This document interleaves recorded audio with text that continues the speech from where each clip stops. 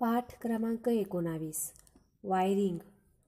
जी wiring इमारतीच्या अंतर्गत भागात केली जाते त्या वायरिंगला हाऊस वायरिंग असे म्हणतात. एखाद्या इमारतीमध्ये वायरिंग करताना त्या ठिकाणचे सप्लाय व्होल्टेज, वायरिंगसाठी लागणारा खर्च, हवामान, वायरिंगचा टिकाऊपणा, यांत्रिक सुरक्षितता, आगीपासून संरक्षण, वायरिंगची सुंदरता, वायरिंग करण्यासाठी लागणारा वेळ, भविष्यकाळातील फेरबदल, दुरुस्ती खर्च इत्यादी गोष्टींचा विचार करावा लागतो. वायरिंगसाठी लागणारी सामग्री. वायरिंग करण्यासाठी खालील साधनसामुग्री आवश्यक असते. इलेक्ट्रिकल ॲक्सेसरीज, वायर्स व cables, meter board, main switch board, distribution board, conduits, teak wood batten, teak wood boards, wooden screws. वरील सामुग्रींपैकी पाठ क्रमांक 8 मध्ये इलेक्ट्रिकल ॲक्सेसरीज व पाठ क्रमांक 5 मध्ये वायर्स व केबल्स याविषयीचा आपण अभ्यास केलेला आहे. उर्वरित साधनसामुग्रीविषयी माहिती घेऊ. Meter board. वीज ग्राहकास वीज सप्लाय कंपनी मंडळ ज्या केबलद्वारे अथवा लाईनद्वारे वीज पुरवठा करीत असते त्यास सर्व्हिस लाईन असे म्हणतात. ही सर्व्हिस लाईन वीज ग्राहकाच्या इमारतीमध्ये एका बोर्डवर समाप्त होते. त्या बोर्डवर एनर्जी मीटर व सप्लाय कंपनीचे कट आउट बसवलेले असते. या बोर्डला मीटर बोर्ड असे म्हणतात. हा मीटर बोर्ड मुख्य द्वारावर जमिनीपासून 2 मीटर उंचीवर सुरक्षित ठिकाणी बसवलेला असतो.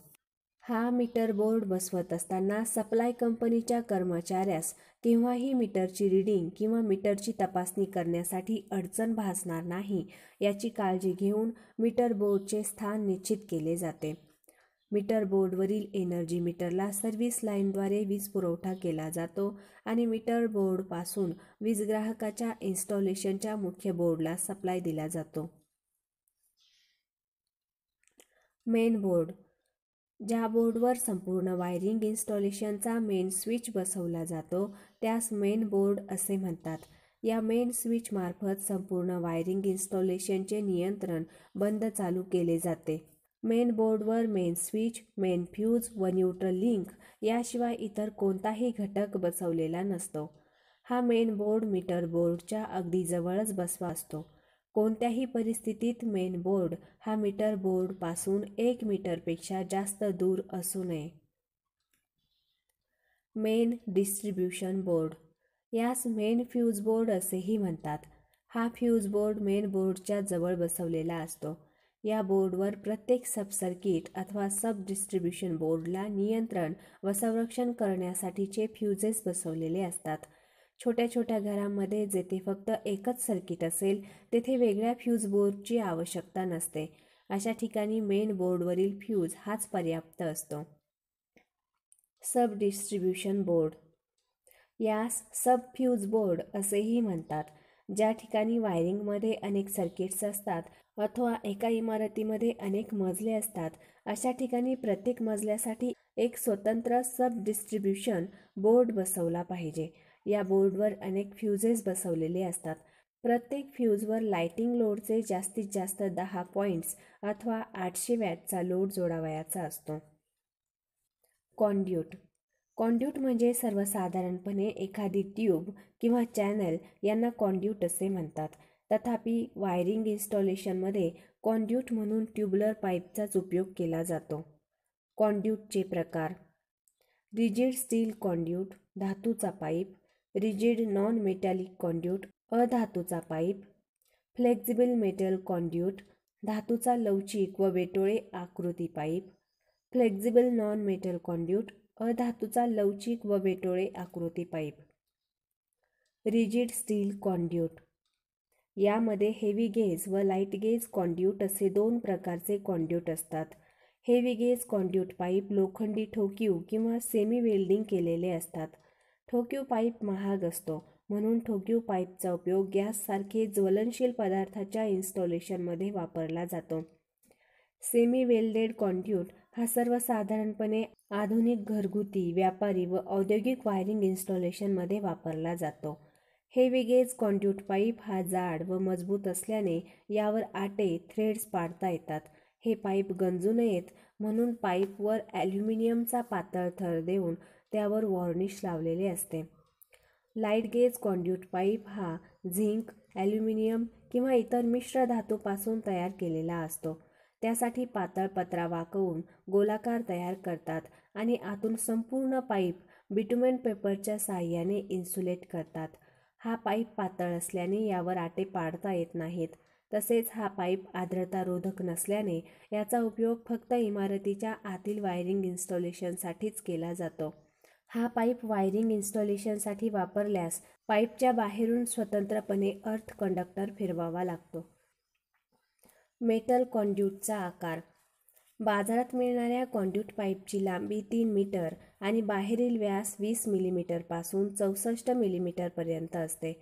वायरिंग इन्स्टॉलेशनसाठी कॉन्ड्यूटची निवड करताना त्यामधून न्यावयाच्या केबलची संख्या व केबलचा आकार यानुसार कॉन्ड्यूटची निवड करावी लागते.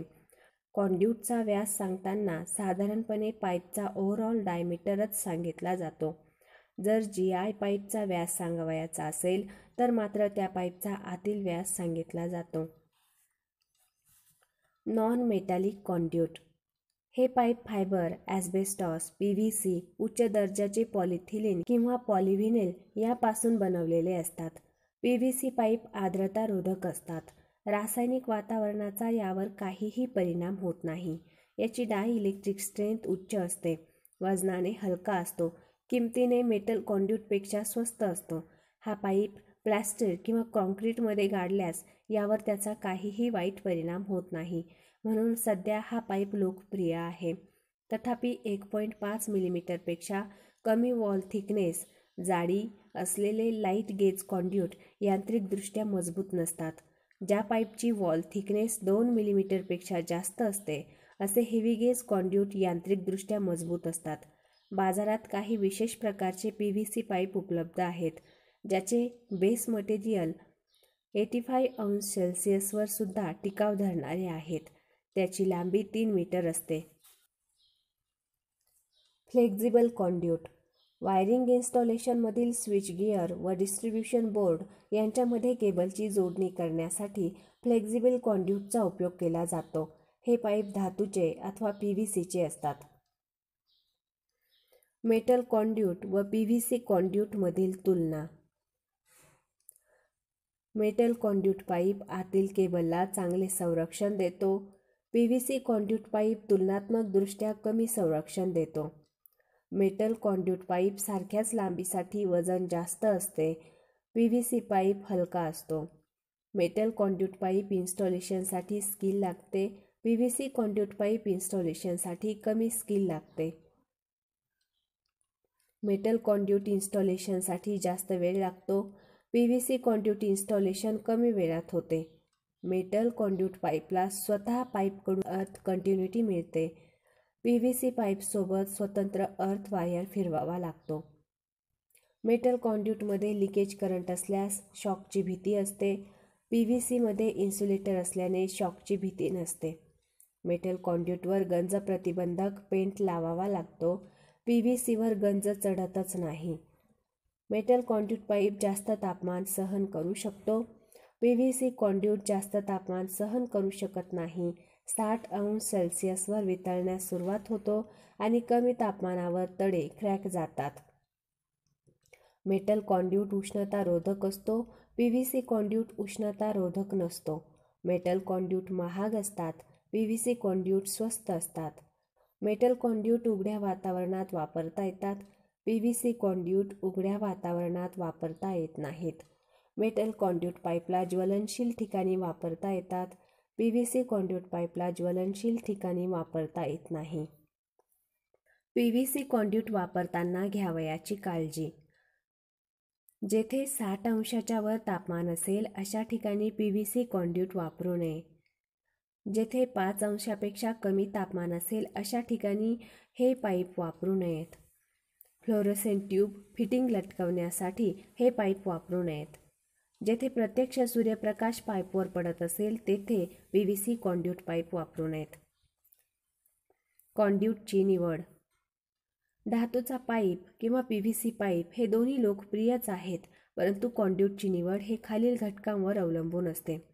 वापरावयाचे स्थान, इमारतीच्या आत किंवा बाहेर. वातावरणाचा प्रकार, कोरडे, ओलसर, ज्वलनशील, रासायनिक इत्यादी. अपेक्षित वर्किंग टेम्परेचर, यांत्रिक हानीपासून सुरक्षितता, वजन सहन करण्याची शक्ती, अंदाजपत्रकातील किंमत. PVC कॉन्ड्यूटची फिटिंग ॲक्सेसरीज. PVC कॉन्ड्यूटची फिटिंग ॲक्सेसरीज ह्या पाहिजे त्या आकारात मोल्डिंग केलेल्या असतात. त्यांची बनावट अशा पद्धतीने केलेली की अगदी तंतोतंतपणे कॉन्ड्यूटच्या टोकांना पुश फिटिंगने बसवले जातात. कॉन्ड्यूटची लांबी वाढवण्यासाठी, कॉन्ड्यूटला टॅपिंग घेण्यासाठी, वळण देण्यासाठी, switches, lamp holders, ceiling roses बसवण्यासाठी वेगवेगळी ॲक्सेसरीज असते. त्याची माहिती खालीलप्रमाणे आहे. कपलर. पाईपची लांबी वाढवण्यासाठी कपलरचा उपयोग होतो. यामध्ये साधे कपलर व इन्स्पेक्शन टाईप कपलर असे 2 प्रकारचे कपलर असतात. इन्स्पेक्शन टाईप कपलरला एक पट्टी 2 स्क्रूनी जोडलेली असते. पाईपमधील वायर्स व्यवस्थित आहेत किंवा नाहीत याचे निरीक्षण इन्स्पेक्शन करण्यासाठी एक स्क्रू काढून पट्टी बाजूला केल्यास पाईपमधील वायर्स दिसून येतात. इन्स्पेक्शन टाईप ॲक्सेसरीज फक्त भिंतीवर किंवा छतावर केलेल्या सरफेस वायरिंगमध्येच वापरली जातात. गुप्त कन्सिल्ड वायरिंगमध्ये असे ॲक्सेसरीज वापरण्याची गरज नसते. एल्बो हा दिसण्यास एखाद्या वर्तुळाच्या वक्राकार भागासारखा दिसतो. याचा उपयोग ज्या ठिकाणी पाईप काटकोनात फिरवायचा असतो अशा ठिकाणी केला जातो. बेंड. याचा घेर स्वीप एल्बोपेक्षा जास्त असतो, म्हणून जेथे पाईप 90 अंशापेक्षा वेगळ्या वळणाने फिरवायचा असतो अशा ठिकाणी याचा उपयोग केला जातो. टीचा उपयोग पाईपला टॅपिंग घेण्यासाठी होतो. गोल बॉक्स. यामध्ये 1 वे, 2 वे, 3 वे, 4 वे अशा प्रकारचे बॉक्स असतात. यास जंक्शन बॉक्स असेही म्हणतात. यावर झाकण बसवण्यासाठी 2 मशीन स्क्रूची व्यवस्था केलेली असते. त्या मशीन स्क्रूचा डायमीटर 2.8 मिलीमीटरपेक्षा कमी नसतो. मोठ्या आकाराच्या बॉक्सवर झाकण बसवण्यासाठी 4 स्क्रूची व्यवस्था केलेली असते आणि त्या स्क्रूचा डायमीटर 4 मिलीमीटरपेक्षा कमी नसतो. या बॉक्सला जंक्शन बॉक्स असेही म्हणतात. स्लॅबच्या इमारतीमध्ये वापरण्यात येणाऱ्या जंक्शन बॉक्सची खोली ही कमीत कमी 65 मिलीमीटर असते. इतर ठिकाणी वापरण्यात येणाऱ्या जंक्शन बॉक्सची खोली कॉन्ड्यूटच्या डायमीटरवर अवलंबून असते. सर्व जंक्शन बॉक्सवर जे झाकण दिलेले असते ते झाकण बॉक्सेसच्या मटेरियलचे असते. झाकणाची जाडी 1.6 मिलीमीटर असते. आयताकृती बॉक्स. आयताकृती बॉक्सचा उपयोग जंक्शन बॉक्स म्हणून किंवा फ्लॅश टाईप स्विचेस बसवण्यासाठी स्विच बॉक्स म्हणून केलेला असतो. या बॉक्सवरही झाकण बसवण्यासाठी 2 मशीन स्क्रूची व्यवस्था केलेली असते. त्या स्क्रूचा डायमीटर 2.8 मिलीमीटरपेक्षा कमी नसतो. तसेच बॉक्सच्या वॉल व बेसची जाडी 2 मिलीमीटर आणि खोली 60 मिलीमीटर असते. अशा बॉक्सच्या व्यतिरिक्त थ्रो बॉक्स, टी बॉक्स व अँगल बॉक्स असेही जंक्शन बॉक्सचे प्रकार असतात. लाकडी राऊंड बॉक्स. हे ब्लॉक्स चांगल्या रापवलेल्या सागवानी लाकडापासून तयार केलेले असतात. यावर स्विच, लॅम्प होल्डर, सिलिंग रोज इत्यादी बसवता येतात. याचा आकार 75x25 mm, 75x40 mm, 90x25 mm, 90x40 mm, 100x25 mm, 100x40 mm असा असतो. यातील पहिली संख्या राऊंड ब्लॉकचा ओव्हरऑल डायमीटर व दुसरी संख्या जाडी दर्शवतो. लाकडी बोर्ड. लाकडी बोर्डवर स्विचेस, रेग्युलेटर्स, सॉकेट्स इत्यादी बसवली जातात. वायरिंग इन्स्टॉलेशनमध्ये लाकडी बोर्ड वापरत असताना नॅशनल इलेक्ट्रिक कोडनुसार दिलेल्या निर्देशाचे पालन केले पाहिजे. लाकडी बोर्डची खोली 4 सेंटीमीटरपेक्षा कमी नसावी. सागवानी लाकडी बोर्ड किंवा कठीण लाकडी बोर्ड ज्यावर ॲक्सेसरीज बसवावयाची असेल अशा बोर्डवर 4ही बाजूंनी आतून आणि बाहेरून शेलॅक वॉर्निश लावले पाहिजे. बोर्डचा आकार हा त्यावर बसवण्यात येणाऱ्या ॲक्सेसरीजच्या संख्येवर अवलंबून असतो. सर्व ॲक्सेसरीज नीटनेटके व्यवस्थित बसावेत असा आकार असावा. बोर्डच्या कोणत्याही टोकापासून 2.5 सेंटीमीटरच्या दूर अंतरावर ॲक्सेसरीज बसवावी. बोर्ड फिक्स करण्यासाठी त्याच्या कोणत्याही कडेपासून 1.3 सेंटीमीटर अंतरावर छिद्र पाडावे. या छिद्राजवळ दुसरे कोणतेही छिद्र पाडू नये. स्विच बोर्ड जर एका बॉक्समध्ये बसवून त्यास लॉकिंगची व्यवस्था असेल तर हा अपवाद वगळता तो स्विच बोर्ड जमिनीपासून 1.25 मीटर उंचीवर फिक्स करावा. जर स्विच बोर्ड भिंतीत बसवायचा असेल तर त्याच्या समोरच्या बाजूस सागवानी लाकडाचे किंवा बॅकेलाईटचे किंवा कठीण काचेचे फ्रेम बिजागिरीच्या साह्याने बसवावेत. उघडा स्विच बोर्ड बॅटरीच्या शेजारी किंवा ज्वलनशील रासायनिक धुराच्या सानिध्यात, गॅस शेगडीच्या शेजारी किंवा पाणी पडेल अशा ठिकाणी बसवू नयेत. स्विच बोर्ड हा वॉशिंग युनिटच्या वर 2.5 मीटरपेक्षा कमी उंचीवर बसवू नये. लाकडी बोर्डचा आकार 100x100 mm, 150x100 mm, 150x150 mm, 200x150 mm, 200x200 mm, 250x200 mm, 300x200 mm, 380x450 mm, 450x250 mm, 450x300 mm, 600x300 mm, 750x600 mm. यातील पहिली संख्या लांबी व दुसरी संख्या रुंदी दर्शवते. अशा सर्व बिना बिजागिरीच्या बोर्डची जाडी 40 मिलीमीटर असते व बिजागिरीच्या बोर्डची जाडी 65 ते 80 मिलीमीटर एवढी असते. लाकडी बॅटन. विटांच्या भिंती, दगडी किंवा सिमेंट प्लॅस्टरच्या भिंती, छत, लोखंडी स्ट्रक्चर इत्यादीवरून केबल्स फिरवताना त्या केबल्स सागवानी लाकडी पट्टीवरूनच फिरवावे लागतात. अशा उद्देशासाठी वापरण्यात येणाऱ्या लाकडी पट्ट्या टीक वूड बॅटन ह्या NE कोडनुसार चांगल्या रापवलेल्या लाकडापासून तयार केलेल्या असाव्यात. बॅटन एकदम सरळ असाव्यात. बॅटनची जाडी कमीत कमी 10 मीटरपेक्षा कमी नसावी. बॅटनवर चारही बाजूने चांगल्या प्रकारे वॉर्निश केलेल्या असाव्यात. वायरिंग इन्स्टॉलेशनमध्ये वापरण्यात येणाऱ्या बॅटनची रुंदी 12 mm, 19 mm व 25 mm. केबलच्या संख्येनुसार जास्त रुंदीच्या बॅटनची गरज असेल त्यावेळी एकापेक्षा अनेक बॅटन एकमेकांच्या बाजूला बसवून आवश्यक तेवढी रुंदी वाढवता येते. Wood screw. वायरिंग इन्स्टॉलेशनमध्ये बोर्ड, ब्लॉक्स, बॅटन, ॲक्सेसरीज इत्यादी बसवण्यासाठी वूड स्क्रू वापरतात. या स्क्रूला सिंगल स्पायरल थ्रेड्स असतात. हे थ्रेड स्क्रूच्या पॉईंटपाशी क्लॉकवाईज दिशेने स्क्रूच्या लांबीच्या 2/3 भागापर्यंत असतात. 2/3 भागानंतर स्क्रूच्या हेडपर्यंत थ्रेड नसतात. थ्रेड नसलेल्या भागाला शॅक असे म्हणतात. हेडवर स्क्रू ड्रायव्हरचे पाते बसवण्यासाठी खाच असते. शॅकची जाडी म्हणजे त्या स्क्रूचा नंबर असतो. वूड स्क्रूचे प्रकार. स्क्रूच्या हेडच्या आकारावरून वूड स्क्रूचे 3 प्रकार पडतात. स्लॉटेड काउंटर संक फ्लॅट हेड वूड स्क्रू. या प्रकारच्या स्क्रूचा उपयोग सर्वसाधारण लाकडी काम व लहान लहान हार्डवेअर फिटिंगमध्ये केला जातो. इलेक्ट्रिकल वायरिंग इन्स्टॉलेशनमध्ये या स्क्रूने लाकडी ब्लॉक्स, बोर्ड्स, बॅटन्स इत्यादी फिक्स करताना फिटिंग होलला छिद्राला काउंटर संक करावे लागते आणि काउंटर संकच्या गाळ्यात स्क्रूचे हेड घुसेपर्यंत स्क्रू टाईट करावा लागतो. आपल्या क्षेत्रात जास्त करून याच स्क्रूचा उपयोग केला जातो. Slotted round head wood screw. या स्क्रूने इलेक्ट्रिकल फिटिंग व ॲक्सेसरीजची फिटिंग करताना काउंटर संकच्या छिद्राची गरज नसते. स्लॉटेड रेंज काउंटर संक हेड वूड स्क्रू.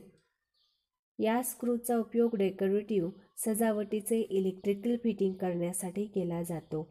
टीक वूड बोर्ड्स किंवा ब्लॉक्सवर फ्लॅश टाईप ॲक्सेसरीज फिटिंग करण्यासाठी या स्क्रूचा उपयोग होतो. योग्य प्रकारच्या स्क्रूची निवड. जेथे फिक्सिंग पॉईंटचा सरफेस फिनिशिंग असेल व जेथे एकांत जागा असेल अशा ठिकाणी काउंटर संक स्क्रूची निवड करावी.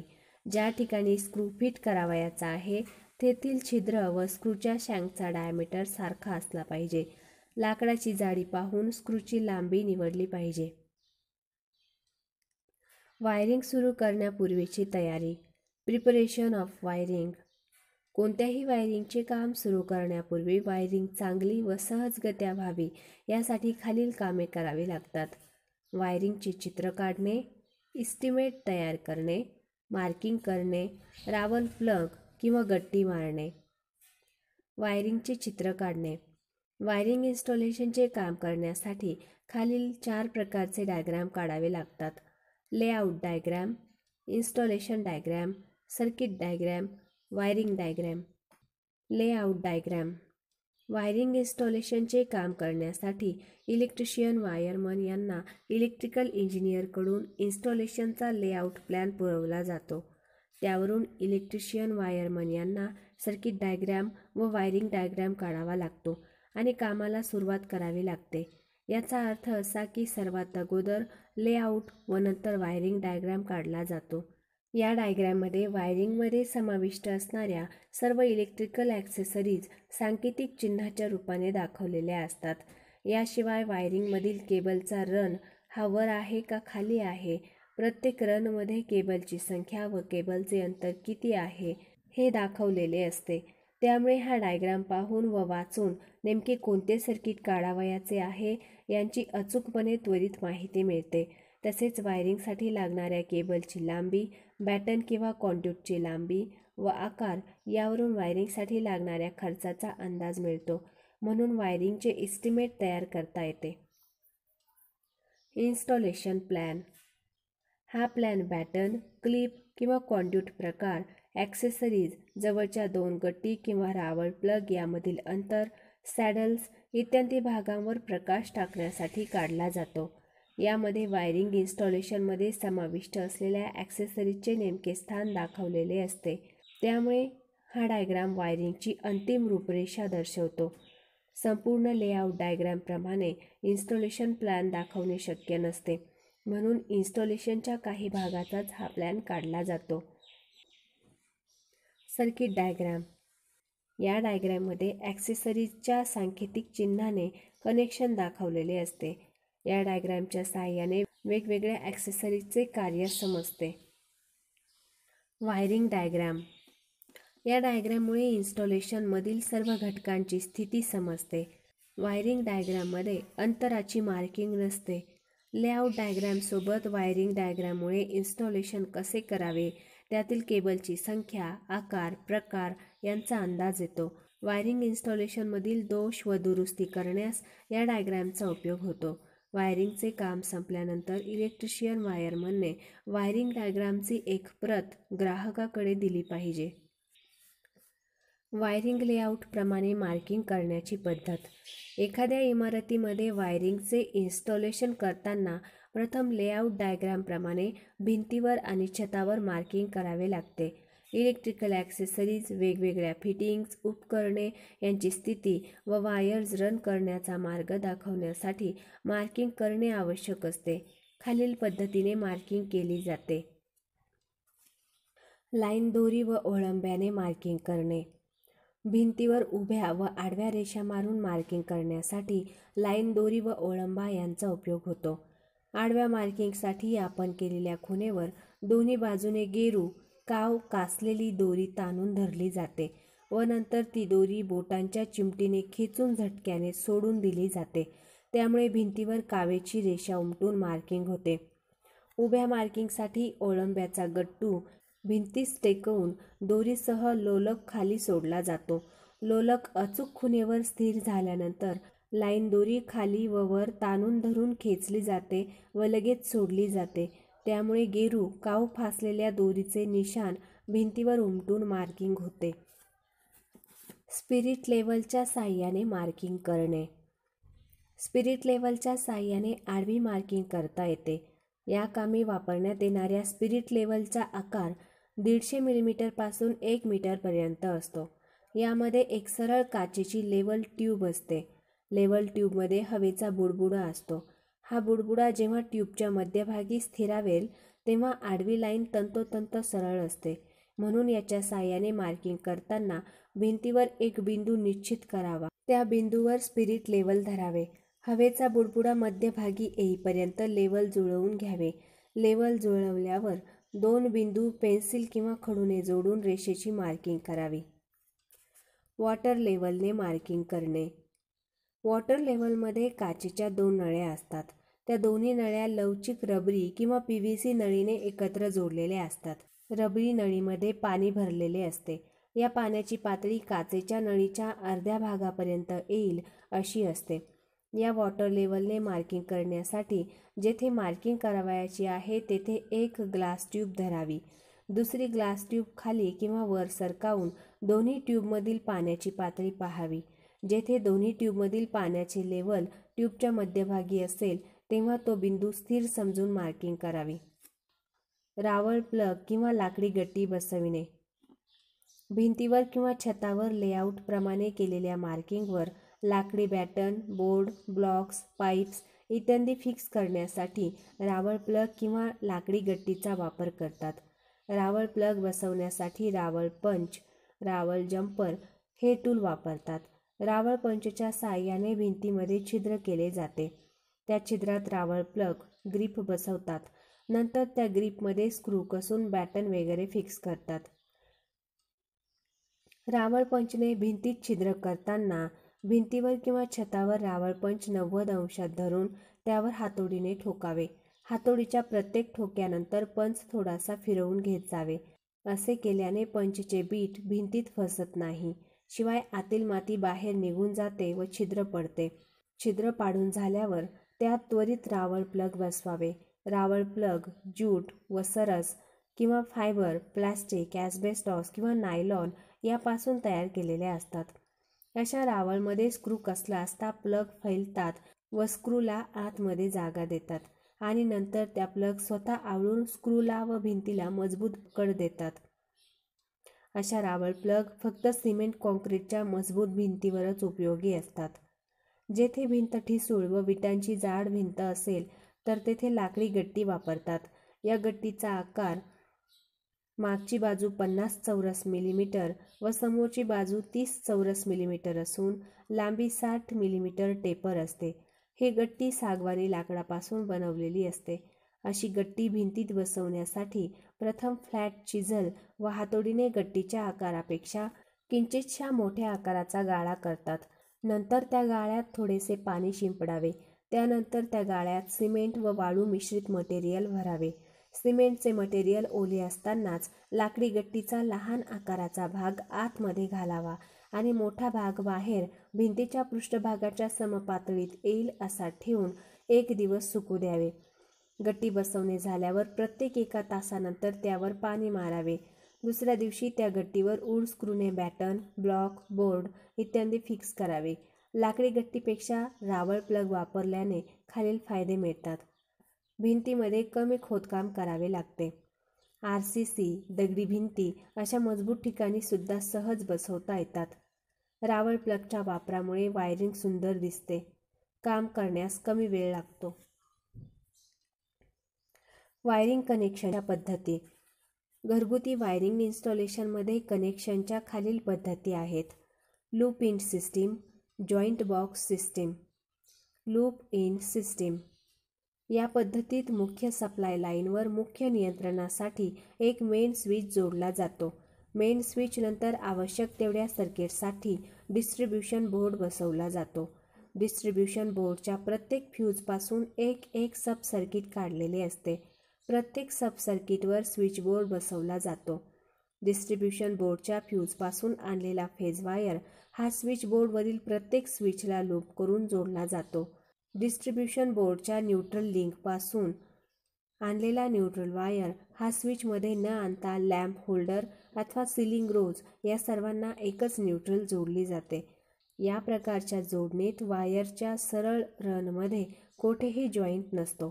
फक्त स्विच, होल्डर किंवा रोजेस यांच्या टर्मिनललाच जॉईंट असतो.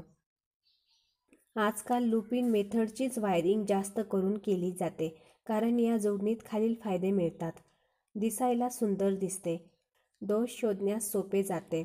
सर्व पॉइंटला सारखे व्होल्टेज मिळते. तुटलेले किंवा खराब झालेले फ्यूज बाकीच्या सर्किटला अडथळा निर्माण न करता बदलता येतात. भविष्य काळात पुढे वाढवण्यास सहज शक्य असते. दुसरे सर्किट बंद न करता स्वतंत्र दुरुस्ती करता येते. तोटे: वायर्स जास्त लागतात त्यामुळे महाग पडते. वायरिंग करण्यास जास्त वेळ लागतो, कुशल कारागिराकडूनच करावी लागते. जॉईंट बॉक्स मेथड किंवा कनेक्टर मेथड. ह्या पद्धतीमध्ये जेव्हा वायरला टॅपिंग घ्यावयाची तेव्हा जॉईंट देताना ते जॉईंट्स एका चिनी मातीच्या कनेक्टर मार्फत दिले जातात आणि हे कनेक्टर एका जॉईंट बॉक्समध्ये बसवलेले असतात. या जॉईंट व्यतिरिक्त मेन सर्किट किंवा सब सर्किटच्या वायर रनमध्ये शक्यतो जॉईंट देत नाहीत. जॉईंट देण्याचे प्रसंग आलेच तर तेथे वायर कट करून एक जंक्शन बॉक्स लावून कनेक्टर मार्फतच जॉईंट दिले जातात. केबल वायरची लांबी कमी होऊन खर्च वाचावा म्हणून जॉईंट बॉक्स हे लाईट पॉईंट किंवा स्विचेस यांच्यामध्येच बसवलेले असतात. जॉईंट बॉक्स मेथडचे फायदे. अशी जोडणी सहजपणे करता येते, वायर्स कमी लागतात, स्वस्त पडते. तोटे. जॉईंट लूज राहिल्यास आग लागण्याची शक्यता असते, दिसायला सुंदर दिसत नाही. हाऊस वायरिंगचे प्रकार. हाऊस वायरिंगचे खालीलप्रमाणे प्रकार आहेत. क्लीट वायरिंग म्हणजेच तात्पुरती wiring, CTS TRS batten wiring, lead cover wiring, surface conduit wiring, metal conduit surface wiring, PVC conduit surface wiring, concealed conduit wiring, metal conduit concealed wiring, PVC conduit concealed wiring. Cleat wiring. ही wiring चिनी मातीच्या क्लीट्सच्या आधारावर केली जाते. ही wiring करण्यासाठी भिंतीवर अगर छतावर मार्किंग करून 60-60 सेंटीमीटर अंतरावर गट्टी किंवा रावळ प्लग बसवतात. त्यावर चिनी मातीच्या क्लीट्सचा बेस, क्लीट्सचा खालचा भाग पूर्णपणे घट्ट न बसवता ढिले बसवतात. त्या बेसच्या गाळ्यात VIR किंवा PVC वायर बसवून त्या वायरवर क्लीट्सचा टॉप बसवतात. बसवलेल्या वायर्स सरळ ओढून घेऊन मगच क्लीटचा टॉप वूड स्क्रूने घट्ट करतात. संपूर्ण वायरिंग रन करणे झाल्यानंतर बोर्ड्स किंवा ब्लॉक्सवर ॲक्सेसरीज बसवण्यासाठी समांतर वायर्समध्ये जेवढे अंतर आहे तेवढ्याच अंतरावर छिद्र पाडून त्या छिद्रातून वायर्स ओवून घेऊन बोर्डच्या बाहेर काढल्या जातात व त्यास ॲक्सेसरीज जोडल्या जातात.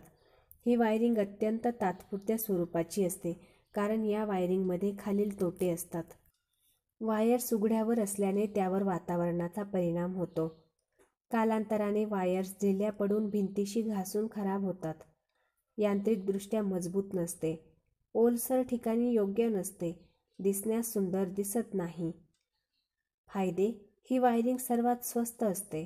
वायरिंग पूर्ण करण्यास व काढून टाकण्यास कमी वेळ लागतो. दोष शोधण्यास सोपी असते. वायरिंग अर्धकुशल कारागिराकडूनही करून घेता येते.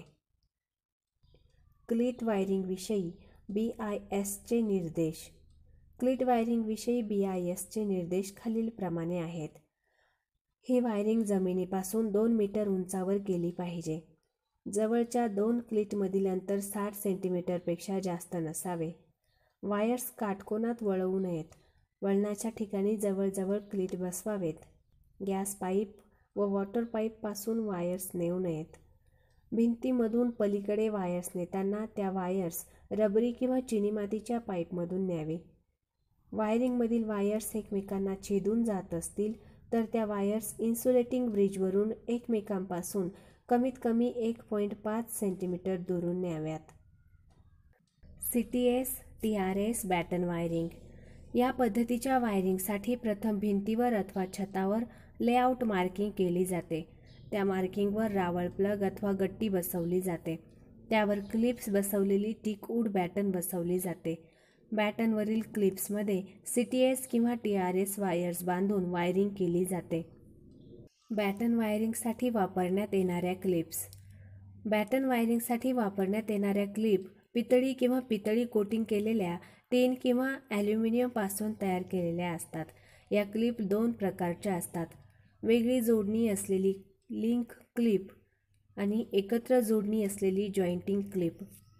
दोन्ही प्रकारच्या क्लिपची लांबी 25 मिमी, 32 मिमी, 40 मिमी, 50 मिमी, 63 मिमी, 80 मिमी असते व 40 मिमीपर्यंतच्या क्लिपची जाडी 0.32 मिमी म्हणजेच 30 SWG व 40 मिमीपेक्षा जास्त लांबीच्या क्लिपची जाडी 0.40 मिमी असते. 40 मिलीमीटर पर्यंतच्या क्लिपला वायर नेलने फिक्स करण्यासाठी एकच छिद्र असते व 40 मिलीमीटरपेक्षा जास्त लांबीच्या क्लिपला 2 छिद्र असतात. अशा क्लिप बाजारात पुठ्ठ्याच्या बॉक्समध्ये पॅक मिळतात. एका बॉक्समध्ये 100 क्लिप असतात. लिंक क्लिपने पॅकिंग असेल तर लिंकिंग आय 5% जास्त पॅकिंग केलेल्या असतात. बॅटन वायरिंग करताना आडव्या बॅटनवर ह्या क्लिप 10 सेंटीमीटर अंतराने व उभ्या बॅटनवर 15 सेंटीमीटर अंतराने 17 नंबरच्या वायर नेल तार खिळेच्या ठोकून बसवलेल्या असतात. बॅटन वायरिंगमध्ये बॅटनला द्यावयाचे जॉईंट्स. लेआउट डायग्रामनुसार वायरिंग करताना बॅटनला खालील प्रकारचे जॉईंट करावे लागतात: straight joint, L joint, half lamp T joint, corner joint, cross joint, cross bridge joint. Teakwood बॅटनचा स्ट्रेट जॉईंट. हे जॉईंट 2 प्रकारे केले जातात. बॅटनची लांबी वाढवण्यासाठी या जॉईंटचा उपयोग होतो. हा जॉईंट करीत असताना जॉईंटच्या ओव्हरलॅपिंगचे अंतर बॅटनच्या रुंदीवर अवलंबून असते. L joint. बॅटन वायरिंगमध्ये लेआउटप्रमाणे बॅटनला जेव्हा वळण द्यावयाचे असते तेव्हा हा जॉईंट करावा लागतो. अशा जॉईंटवरून जेव्हा वायर्सला वळण बेंड देत असतात, वायर्सचा ओव्हरऑल डायमीटर जेवढा असतो त्याच्या 6 पट त्रिज्येनेच वायर्सला वळण द्यावे. त्यापेक्षा कमी अंतराने वायर्स वळवू नयेत. Half lamp T joint. Batten वायरिंगमध्ये लेआउटप्रमाणे बॅटनला जेव्हा वर किंवा खाली टॅपिंग घ्यावयाची असते तेव्हा हा जॉईंट करावा लागतो. CTS वायरिंग विषयीचे नियम. टीकवूड बॅटनवर टफ रबर सिथेड TRS किंवा पॉलिव्हिनिल क्लोराईड PVCचेच केबल्स रन करण्यास योग्य असतात. त्यानुसार केबलची निवड करावी. वापरण्यात येणारी बॅटन चांगल्या रापवलेल्या सागवानी लाकडापासून तयार केलेली असावी व त्यावर सभोवतालच्या रंगाशी जुळेल अशा रंगाच्या वॉर्निशचा पेंट द्यावा. भिंतीवर किंवा छतावर बॅटन बसवताना ती फ्लॅट हेड वूड स्क्रूनीच बसवावी. स्क्रूसाठी बसवलेल्या 2 जवळच्या रावल प्लग गट्टीमधील अंतर 75 सेंटीमीटरपेक्षा जास्त नसावे. बॅटनवर स्क्रू बसवताना तो बॅटनशी काउंटर संक छिद्रांनीच बसवावा आणि त्यानंतर बॅटन कानसीने घासून बॅटनचा पृष्ठभाग समपातळीत करावा. टफ रबर सिथेड वायर्स हे फक्त लो व्होल्टेजसाठीच आहेत. असे वायर्स रन करीत असताना जेथे प्रत्यक्ष सूर्यकिरणे, पाऊस किंवा ओलसर जागा असेल तर अशा ठिकाणी अशी वायरिंग करू नये. अशा ठिकाणी वायरिंग करावयाचीच असेल तर ते वायर्स आर्द्रता व वातावरणातील इतर घटकांपासून सुरक्षित राहण्यासाठी योग्य ते संरक्षक आच्छादन वापरल्याशिवाय वायर्स वापरू नये. PVC वायर्स हे मीडियम व्होल्टेजसाठी आहेत. असे वायर्स जेथे प्रत्यक्ष सूर्यकिरणे, पाऊस किंवा ओलसर जागा असेल तर अशा ठिकाणी आणि ॲसिड व अल्कली असतील अशाही ठिकाणी योग्य असतात. म्हणून बॅटनवर PVC वायर्स वापरून ओलसर ठिकाणी, प्रत्यक्ष सूर्यकिरणे येत असतील अशा ठिकाणी, रासायनिक खतांच्या कारखान्यात अशी वायरिंग करावे. जेथे वायरिंगला यांत्रिक हानीपासून धोका संभवतो अशा ठिकाणी वायरिंगवर धातूच्या पत्र्याचे संरक्षक झाकण लावले पाहिजे. भिंतीमधून वायर्स नेताना त्या कॉन्ड्यूटमधून नेल्या पाहिजे. वायरिंगचे काम संपल्यानंतर रबर सिथेड वायरवर ऑइल फ्री पेंटचा एक थर द्यावा आणि गरज वाटल्यास त्या पेंटवर सभोवतालच्या रंगानुसार डिस्टेपर पेंटचा थर द्यावा. वायर्स वळवताना त्या काटकोनात वळवू नयेत. एखाद्या परिस्थितीत वळण देण्याचे प्रसंग आलेच तर वायर्सच्या ओव्हरऑल जाडीच्या 6 पट त्रिज्येने वायर्सला वळण द्यावे. वायर्स भिंतीमधून आरपार नेत असताना सुरक्षित पाईप अथवा बॉक्समधून न्यावेत. आडव्या बॅटनवरील जवळच्या 2 क्लिपमधील अंतर 10 सेंटीमीटरपेक्षा जास्त नसावे. उभ्या बॅटनवरील जवळच्या 2 क्लिपमधील अंतर 15 सेंटीमीटरपेक्षा जास्त नसावे. आडव्या बॅटनवरील क्लिपचे आय खाली असावे. उभ्या बॅटनवरील क्लिपचे आय समोरून पाहिल्यास डाव्या बाजूस असले पाहिजे. पितळी क्लिप्स, पितळी नेल्स व पितळी स्क्रूचाच उपयोग करावा. ही वायरिंग सोपी असते, काम करण्यास कमी वेळ लागतो, दिसण्यास सुंदर दिसते, टिकाऊ असते, किमतीने परवडणारी असते, दोष शोधण्यास सोपी असते, काही मर्यादेपर्यंत आगीपासून सुरक्षित असते. परंतु TRS केबल वापरलेली बॅटन वायरिंग जेथे सूर्यप्रकाश, ऊन व पाऊस येण्याची शक्यता असते अशा ठिकाणी योग्य नसते.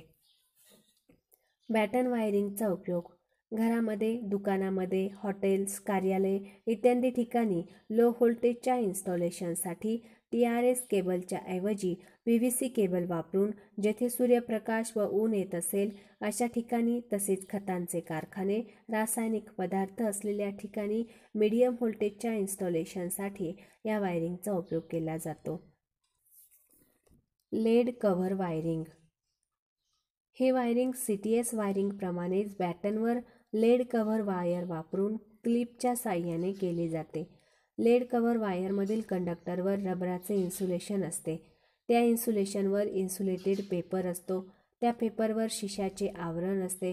असा वायर क्लिपमध्ये बांधल्यावर शिसे व पितळ यांच्यात रासायनिक क्रिया होऊ नये म्हणून क्लिपसुद्धा शिशाच्याच वापरल्या जातात.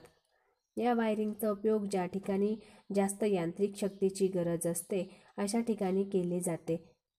उदाहरणार्थ सर्व्हिस लाईन, टेलिफोन लाईन इत्यादी. लेड कव्हर वायरिंग विषयीचे नियम. या वायरिंगसाठी शिशाच्याच जॉईंटिंग क्लिप्स वापराव्यात. वायरवरील शिशाच्या आवरणाला अर्थिंग जोडलीच पाहिजे. ही वायरिंग प्लॅस्टरमध्ये गाडून करू नये, भिंतीवरूनच करावी. भिंतीमधून वायर्स न्यावयाचे असल्यास हेवी गेज कॉन्ड्यूटमधूनच न्यावे. Metal conduit surface wiring. या प्रकारची वायरिंग धातूचे पाईप सॅडलच्या साहाय्याने भिंतीवर बसवून त्या पाईपमधून PVC वायर्स ओढून केली जाते. त्यासाठी प्रथम लेआउट मार्किंग प्रमाणे भिंतीमध्ये अथवा छतामध्ये 60 ते 75 सेंटीमीटर अंतरावर रावल प्लग अथवा गट्टी बसवली जाते.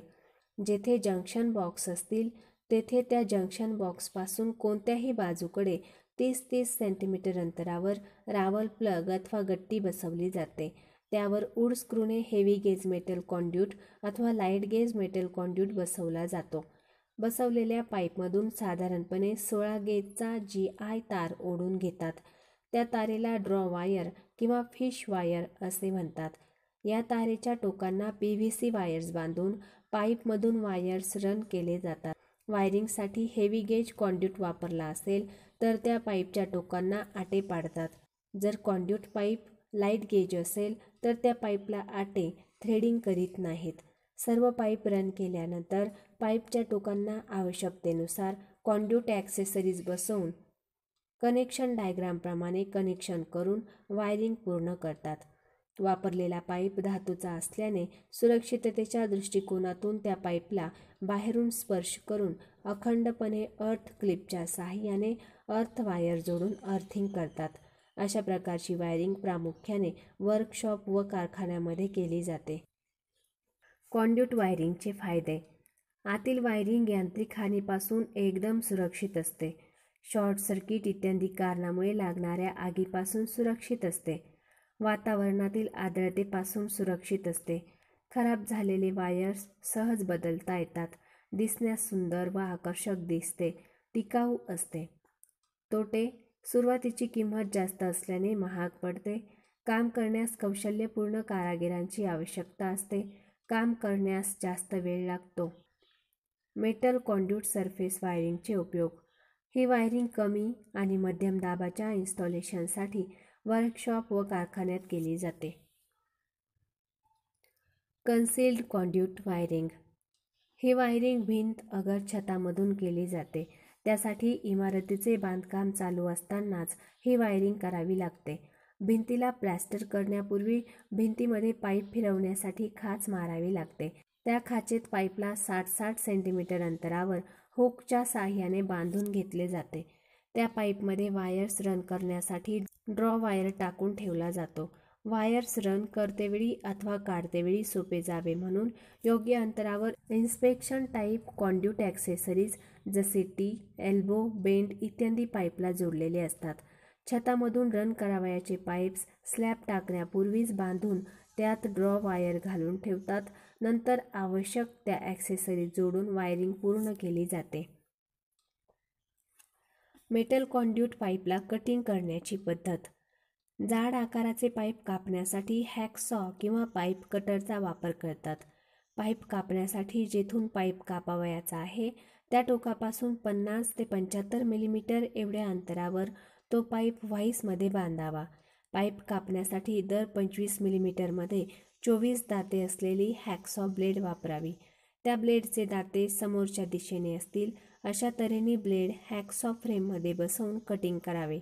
कोणत्याही पद्धतीने पाईप कटिंग केल्यानंतर पाईपचा आतील भाग हा हाफ राऊंड फाईलने किंवा पाईप रिमरने घासून गुळगुळीत करावा. कारण पाईप कापल्यानंतर त्याच्या टोकांना बारीक बारीक कण असतात. ते कण वायर सोडताना वायरला घासून इन्सुलेशन खराब होण्याची शक्यता असते. पाईप कटरने पाईप कटिंग करताना अत्यंत काळजी घेणे आवश्यक असते, कारण हे टूल आतील कडांना अत्यंत धारदार बनवते. त्यासाठी ही कडा काढून गुळगुळीत करावी आणि नंतरच पाईप फिटिंगसाठी वापरावा. मेटल कॉन्ड्यूट पाईपला थ्रेडिंग करण्याची पद्धत.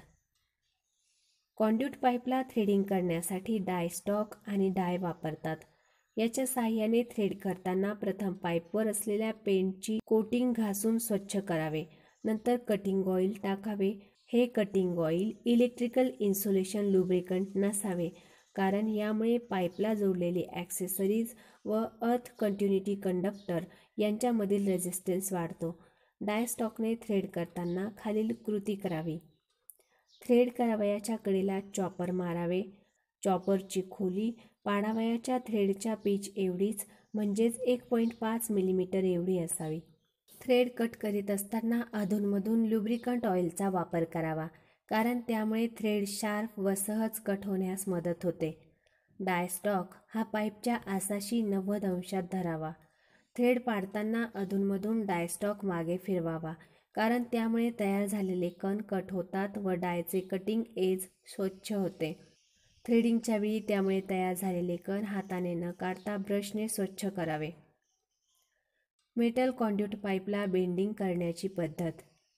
कॉन्ड्यूट वायरिंग करताना पाईपला अनेक अडथळ्यावरून रन करावे लागते. त्यासाठी कॉन्ड्यूटला वाकवून त्या अडथळ्याच्या स्वरूपावरून आकार द्यावा लागतो. काही वेळेस 90 अंशापेक्षा कमी किंवा जास्त कोन असतो, तेथे पाईप वाकवावा लागतो. पाईपला वाकविण्यासाठी बेंडिंग ब्लॉक किंवा बेंडिंग मशीनद्वारे बेंडिंग केली जाते. हा ब्लॉक साल किंवा सागवानी लाकडापासून बनवून त्याच्या मध्यभागी एक छिद्र असते. त्या छिद्रात वाळू भरलेला व थोडासा गरम केलेला पाईप घालून पाईप बेंड केला जातो. हेकीच्या साहाय्याने पाईप बेंडिंग करणे. हेकीच्या साहाय्याने पाईप बेंडिंग केले जाते. हेकी हे स्टील अलॉय किंवा फोर्ज्ड स्टीलपासून बनवलेले असते. त्याचे आकार वेगवेगळे असतात. कॉन्ड्यूटच्या आकाराच्या हेकीची निवड करून त्याच्या गाळ्यात थोडासा गरम केलेला कॉन्ड्यूट ठेवून पाईप बेंड केला जातो. पाईप बेंडिंग मशीनच्या साहाय्याने पाईप बेंडिंग करणे. Pipe bending machine hydraulic pressure type अथवा मॅन्युअली ऑपरेटेड प्रकारच्या असतात. या मशीनमध्ये गाईड व कलेक्ट असे 2 भाग असतात. पाईपच्या आकारानुसार गाईड व कलेक्टची निवड करून पाईप बेंड करावा लागतो. पाईप बेंडिंग करताना खालीलप्रमाणे काळजी घ्यावी लागते. पाईप बेंडिंग करताना येणाऱ्या दाबामुळे पाईप खराब होऊ नये म्हणून तो मजबूत असला पाहिजे. त्यास बळकटी आणण्यासाठी पाईपमध्ये वाळू भरावी. खराब वेल्डिंग केलेले पाईप बेंडिंगसाठी वापरू नये. अचूकपणे बेंडिंगसाठी अगोदर जमिनीवर तेवढ्या मापाचा गोलाकार काढून घ्यावा. पाईपच्या आकारानुसार हेकीची साईज निवडावे. मेटल कॉन्ड्यूटची ॲक्सेसरीज. मेटल कॉन्ड्यूटची ॲक्सेसरीज खालीलप्रमाणे असतात. कपलर. कपलरचा उपयोग कॉन्ड्यूटची लांबी वाढवण्यासाठी केला जातो.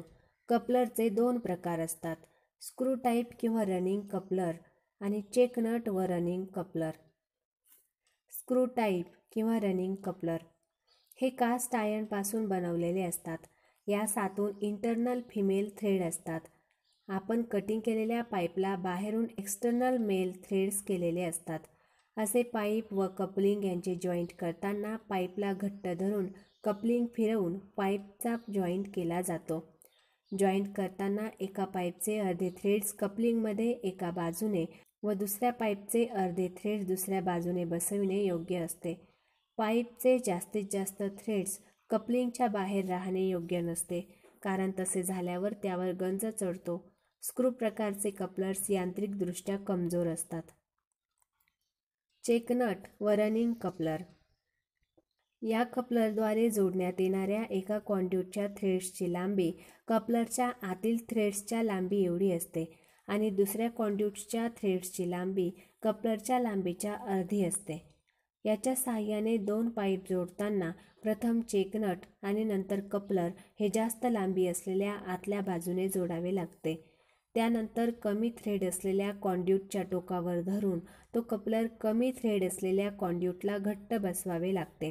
त्यानंतर चेकनट घट्ट करून जास्त लांबीच्या थ्रेडचा पाईप फिरवून घट्ट करावे लागते. बाकी मागे राहिलेल्या थ्रेडवर गंज पकडू नये म्हणून गंज प्रतिबंधक पेंटने रंगवून घ्यावा लागतो. जंक्शन बॉक्सेस हे कास्ट आयर्नपासून बनवलेले असतात. 1 वे, 2 वे, 3 वे, 4 वे अशा प्रकारचे असतात. आकाराने गोल, चौकोनी व आयताकृती असतात. कॉन्ड्यूट वायरिंग संबंधी नियम. पाईप कापल्यानंतर त्याच्या टोकांना असलेले बर्स कानसीने घासून स्वच्छ करावे. पाईपला थ्रेड पाडतेवेळी योग्य डायचा उपयोग करावा. थ्रेडिंगच्या वेळी हाय स्पीड कटिंग ऑइलचा उपयोग करावा. पाईपवर गंज प्रतिबंधक पेंट द्यावा.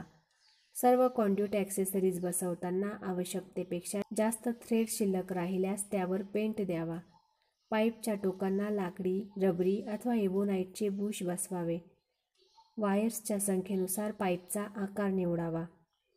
एका पाईपला दुसरा पाईप जोडताना पाईपच्या टोकांवरील इन्सुलेटिंग वॉर्निश घासून काढावे म्हणजे चांगली अखंडता मिळते. पाईपमधून वायर सोडताना इन्सुलेशन खराब होऊ नये म्हणून मदतनीसाची मदत घेऊन एकाने ड्रॉ वायर ओढावे व दुसऱ्याने वायर्स सोडावे. सर्व पाईपला अखंडपणे अर्थ करावे. AC सप्लायच्या सर्व वायर्स एकाच पाईपमधून न्यावे. वेगवेगळ्या पोलॅरिटीच्या वायर्स वेगवेगळ्या पाईपमधून नेऊ नयेत.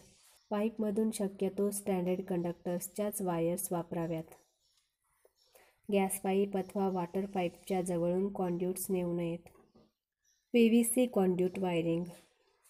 ही वायरिंग मेटल कॉन्ड्यूट वायरिंग सारखीच केली जाते, फक्त फरक एवढाच की यामध्ये PVCचे पाईप वापरलेले असतात. मेटल कॉन्ड्यूट व PVC कॉन्ड्यूट वायरिंग यामधील तुलना. मेटल कॉन्ड्यूट वायरिंगच्या वायर्स भौतिकदृष्ट्या चांगल्या सुरक्षित असतात. PVC कॉन्ड्यूटच्या वायरिंग्स तुलनेने कमी सुरक्षित असतात. मेटल कॉन्ड्यूट वायरिंग सारख्या लांबीसाठी पाईपचे वजन जास्त असते. PVC कॉन्ड्यूट वायरिंगचे वजन हलके असते. मेटल कॉन्ड्यूट वायरिंगसाठी चांगल्या स्किलची आवश्यकता असते. PVC कॉन्ड्यूट वायरिंग साधारण स्किल्ड वर्कर वायरिंग करू शकतो. मेटल कॉन्ड्यूट वायरिंगमध्ये लिकेज करंटमुळे शॉकची शक्यता असते. PVC कॉन्ड्यूट वायरिंगमध्ये PVC इन्सुलेटर असल्यामुळे शॉकची शक्यता नसते. मेटल कॉन्ड्यूटमध्ये पाईपमार्फत अर्थ कंटिन्युटी मिळते. PVCमध्ये स्वतंत्र अर्थ वायर रन करावा लागतो. मेटल कॉन्ड्यूटमध्ये पाईपवर गंज प्रतिबंधक पेंट द्यावा लागतो. PVCमध्ये या पाईपवर गंज चढतच नाही. मेटल कॉन्ड्यूटमध्ये आगीपासून सुरक्षित असते. PVCमध्ये आगीपासून सुरक्षितता नसते. मेटल कॉन्ड्यूट वायरिंग तापमान सहन करू शकते. PVC कॉन्ड्यूट वायरिंग जास्तीच्या तापमानावर पाईप बेंड होतो. मेटल कॉन्ड्यूट वायरिंग हाताळण्यास लवचिक नसतो. PVC कॉन्ड्यूट वायरिंग लवचिक असतो. मेटल कॉन्ड्यूट वायरिंग महाग असते. PVC कॉन्ड्यूट वायरिंग स्वस्त असते. सरफेस कॉन्ड्यूट वायरिंग व कन्सिल्ड कॉन्ड्यूट वायरिंग यामधील तुलना. सरफेस कॉन्ड्यूट वायरिंग भिंतीवरून केली जाते म्हणून बाहेरून स्पष्ट दिसते. कन्सिल्ड कॉन्ड्यूट वायरिंग भिंतीच्या आतून केली जाते म्हणून बाहेरून स्पष्ट दिसत नाही. Surface conduit wiring light gauge व हेवी गेज कॉन्ड्यूटने केले जाते. कन्सिल्ड कॉन्ड्यूट वायरिंग फक्त हेवी गेज कॉन्ड्यूटनेच केले जाते. सरफेस कॉन्ड्यूट वायरिंग भिंत व छत यांच्या सौंदर्यास अडथळा करते. कन्सिल्ड कॉन्ड्यूट वायरिंग सौंदर्य कायम ठेवते.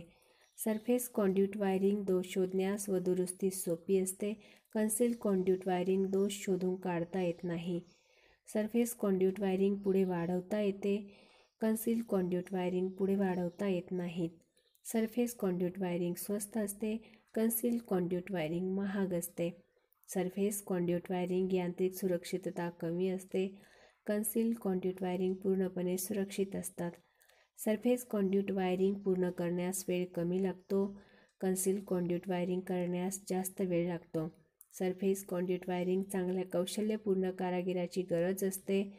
कन्सील कॉन्ड्यूट वायरिंग साधारण कारागीर करू शकतो.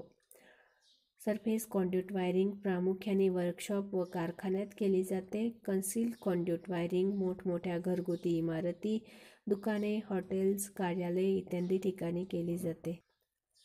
वायरिंगविषयी सर्वसाधारण नियम. 250 व्होल्टपेक्षा जास्त व्होल्टेज असलेल्या सर्व डीबी व मेन स्विचवर धोक्याच्या सूचनेचा बोर्ड लावावा. लाइटिंग लोड, दिवे व पंखेसाठी पॉवर लोड, दिवे व पंखे व्यतिरिक्त इतर लोडसाठी स्वतंत्र सर्किट काढावे.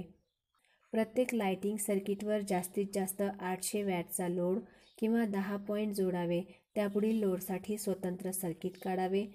प्रत्येक पॉवर लोडच्या सर्किटमध्ये 3000 वॅट किंवा 2 पॉईंटपेक्षा जास्त लोड जोडू नये. सर्किटमधून पूर्ण लोडचा करंट वाहत असताना त्या सर्किटमधील वायरमध्ये एकूण व्होल्टेजच्या 3% जास्त व्होल्टेज ड्रॉप होणार नाही याची दक्षता घेऊन योग्य क्षमतेच्या व योग्य आकाराच्या वायर्सची निवड करावी. ब्रॅच सर्किटमधील कंडक्टर्सचा आकार 1/18 कॉपर व 1.5 चौरस मिलीमीटर ॲल्युमिनियम यापेक्षा कमी असू नये. सर्व मेन स्विच व डीबीवर लाईटसाठी L व पॉवरसाठी P यापैकी जे असेल ती खूण करावी. सर्व उपकरणांच्या धातुयुक्त बॉडीला अर्थिंग करावी. न्यूट्रल वायरवर लिंक आणि फेज वायरवर फ्यूज जोडावे. फेज वायर नेहमी स्विच मार्फतच जोडावे. वायरिंगमध्ये 3 पिन सॉकेटचाच उपयोग करावा. सर्व स्विचबोर्ड प्रवेशद्वाराच्या डाव्या बाजूला सहज दिसतील असे बसवावे. मीटर बोर्ड लोडच्या सेंटरला बसवावे. सर्व स्विचबोर्ड जमिनीपासून 1.5 मीटर उंचीवर बसवावे. सर्व वायरिंग जमिनीपासून कमीत कमी 1.5 मीटर उंचीवर व छतापासून 0.5 मीटर खाली असावी. सिलिंग पंखा जमिनीपासून कमीत कमी 2.4 ते 2.75 मीटर उंचीवर व लाईट पॉईंट 2.25 मीटर उंचीवर बसवले पाहिजे. रनिंग वायर्स वापरावयाचे झाल्यास फेजसाठी लाल, न्यूट्रलसाठी काळी व अर्थिंगसाठी हिरव्या रंगाची वायर वापरावी. 3 फेजसाठी अनुक्रमे लाल, पिवळी, निळी व न्यूट्रलसाठी काळ्या रंगाची वायर वापरावी. 3 फेज वायरिंगमध्ये सर्व फेजवर सारखाच लोड जोडावा. इमारतीच्या बाहेर आउटडोअर लाइटिंगसाठी वॉटरप्रूफ लाईट फिटिंग वापरावे. बाथरूममध्ये जमिनीपासून 130 सेंटीमीटरपेक्षा खाली सॉकेट आउटलेट बसवू नये. बाथरूममध्ये लाईट पॉईंट हा छतालाच बसवून त्याचा स्विच बाहेर दरवाजाजवळ बसवावा. बेडरूममध्ये साधारणतः बेडजवळच बेड स्विच बसवावे. वायरिंगचे काम परवानाधारकाकडूनच केले पाहिजे. तसे न केल्यास वायरिंग करणारा व करवून घेणारा असे दोघेही शिक्षेस पात्र राहतील. किरकोळ स्वरूपाच्या दुरुस्तीसाठी परवानाधारकाची आवश्यकता नाही. वायरिंगमध्ये कोणताही जिवंत भाग उघडा ठेवू नये. जॉईंटवर इन्सुलेशन टेप गुंडाळावी. 7/20च्या पुढील आकाराच्या वायर्सची जोडणी करताना त्यास जोडणीच्या ठिकाणी लग्ज जोडावे. AC आणि DC साठी वेगवेगळे सर्किट करावे. एनर्जी मीटर व त्यांचे IC कटआउट यांची सील तोडू नये. परवानगीशिवाय सील तोडल्यास आर्थिक दंड व इतर शिक्षेची तरतूद आहे. वायरिंगमध्ये काही लोड वाढवावयाचा झाल्यास अथवा कमी करावयाचा झाल्यास त्याबाबतची सूचना वीज मंडळ, कंपनी यांना कळवली पाहिजे. जे ग्राहक मध्यम अथवा उच्च व्होल्टेजचा वापर करीत असतील तर अशा ग्राहकांना स्वतःची स्वतंत्र अर्थिंग केली पाहिजे. वायरिंग इन्स्टॉलेशनमधील सर्व धातुयुक्त भागांना अर्थिंग जोडली पाहिजे. अर्थ कंडक्टरचा आकार हा सर्किटमधील पूर्ण लोड करंटच्या दुप्पट करंट वाहून नेणाऱ्या क्षमतेचा असावा. वायरिंग करण्याचे सर्व काम संपल्यानंतर त्या वायरिंग इन्स्टॉलेशनची मेगर टेस्टिंग घेतल्याशिवाय त्या वायरिंगला वीज पुरवठा करू नये. काही नमुन्यांचे lighting circuits. Bedroom lighting circuits. हे सर्किट शेजारी दाखवल्याप्रमाणे असते. यात ड्रेसिंग टेबलवर एक लॅम्प असतो. त्याचा नियंत्रक स्विच हा single pole switch dressing table जवळच असतो. बेड लॅम्प मात्र 2 ठिकाणाहून नियंत्रित केलेला असतो. त्यासाठी 2 टू वे स्विच वापरलेले असतात. त्यापैकी एक टू वे स्विच हा प्रवेशद्वाराजवळ बसवलेला असतो. दुसरा टू वे स्विच बेडच्या वर हाताला सहज पोहोचेल असा लटकता ठेवलेला असतो. या दोन्ही स्विचने बेड लॅम्प बंद चालू करता येतो. याचे कनेक्शन करण्यासाठी 3 प्लेट सिलिंग रोजचा उपयोग केलेला असतो. Series parallel circuit. हे सर्किट 2 लॅम्प एक वेळ सिरीजमध्ये व एक वेळ एक लॅम्प पॅरललमध्ये नियंत्रित करण्यासाठी, अर्थात एकदा मंद प्रकाश व एकदा तेज प्रकाश मिळविण्यासाठी हे सर्किट वापरलेले असते. अशा सर्किटचा उपयोग हॉस्पिटल्स, हॉटेल्स, रेल्वे कंपार्टमेंट या ठिकाणी केला जातो. जेव्हा टू वे सेंटर ऑफ स्विचचा नॉब आकृतीत दाखवल्याप्रमाणे जेव्हा टू वे सेंटर ऑफ स्विचचा नॉब हा 3 स्थितीवर असतो, तेव्हा L1 हा लॅम्प पॅरललमध्ये तेज पेटतो आणि L2 हा लॅम्प न्यूट्रल न मिळाल्याने बंद असतो. जेव्हा स्विचचा नॉब हा 3 स्थितीवर असतो, तेव्हा L1 व L2 हे दोन्ही लॅम्प सिरीजमध्ये जोडल्या जाऊन मंद प्रकाशाने पेटतात. जेव्हा स्विचचा नॉब 2 स्थितीवर असतो, तेव्हा दोन्ही लॅम्प बंद होतात. जेथे to way centre off switch उपलब्ध नसतो, अशा ठिकाणी हेच सर्किट एक टू वे स्विच व एक SP स्विच वापरून आकृतीत दाखवल्याप्रमाणे जोडता येते. यातील SP स्विच क्लोज करून टू वे स्विचचा नॉब एक स्थितीवर घेतल्यास L1 पॅरललमध्ये जोडला जाऊन तेज प्रकाश देतो. जेव्हा टू वे स्विचचा नॉब 2 स्थितीवर घेतल्यास L1 व L2 हे दोन्ही लॅम्प सिरीजमध्ये जोडल्या जाऊन मंद प्रकाशाने पेटतात. जेव्हा SP स्विच ओपन केला जातो, तेव्हा दोन्ही लॅम्प बंद होतात. Master control circuit. अशा प्रकारच्या सर्किटमध्ये जे नियमित सर्किट असते, त्या सर्किटमध्ये एखादा स्विच जोडून त्या स्विचद्वारे सर्व नियमित स्विचचे कार्य रोखले जाते. म्हणून अशा सर्किटला मास्टर कंट्रोल सर्किट असे म्हणतात. आकृतीत दाखवल्याप्रमाणे तिन्ही टू वे स्विचने तिन्ही लॅम्प स्वतंत्रपणे चालू बंद होतात.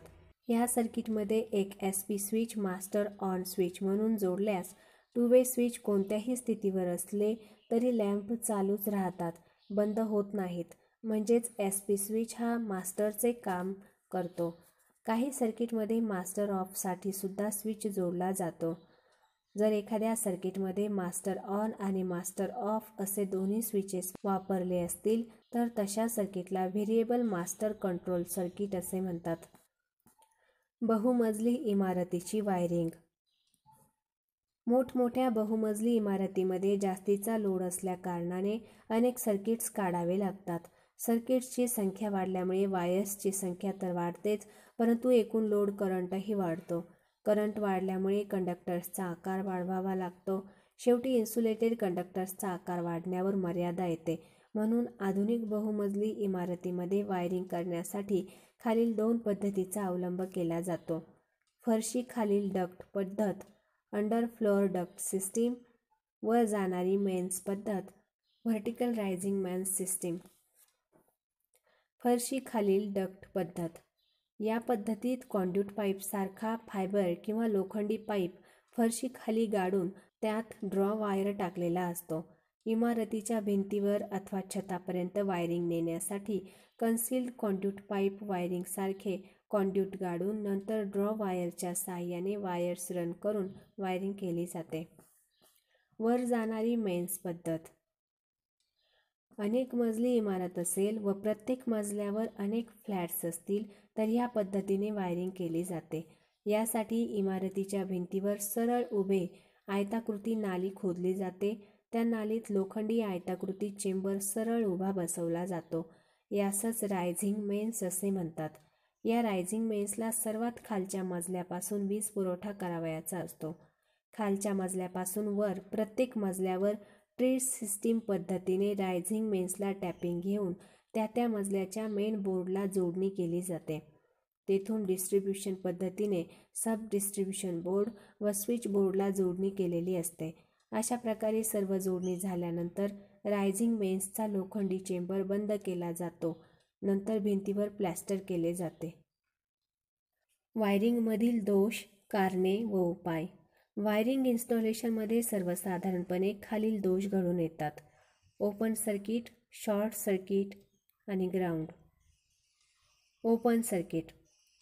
सर्किटमधील वायर तुटल्यामुळे, स्विचचे कॉन्टॅक्ट्स बरोबर होत नसल्यामुळे, फ्यूज तार तुटल्यामुळे, फिलामेंट अथवा एलिमेंट तुटल्यामुळे ओपन सर्किटचा दोष घडून येतो.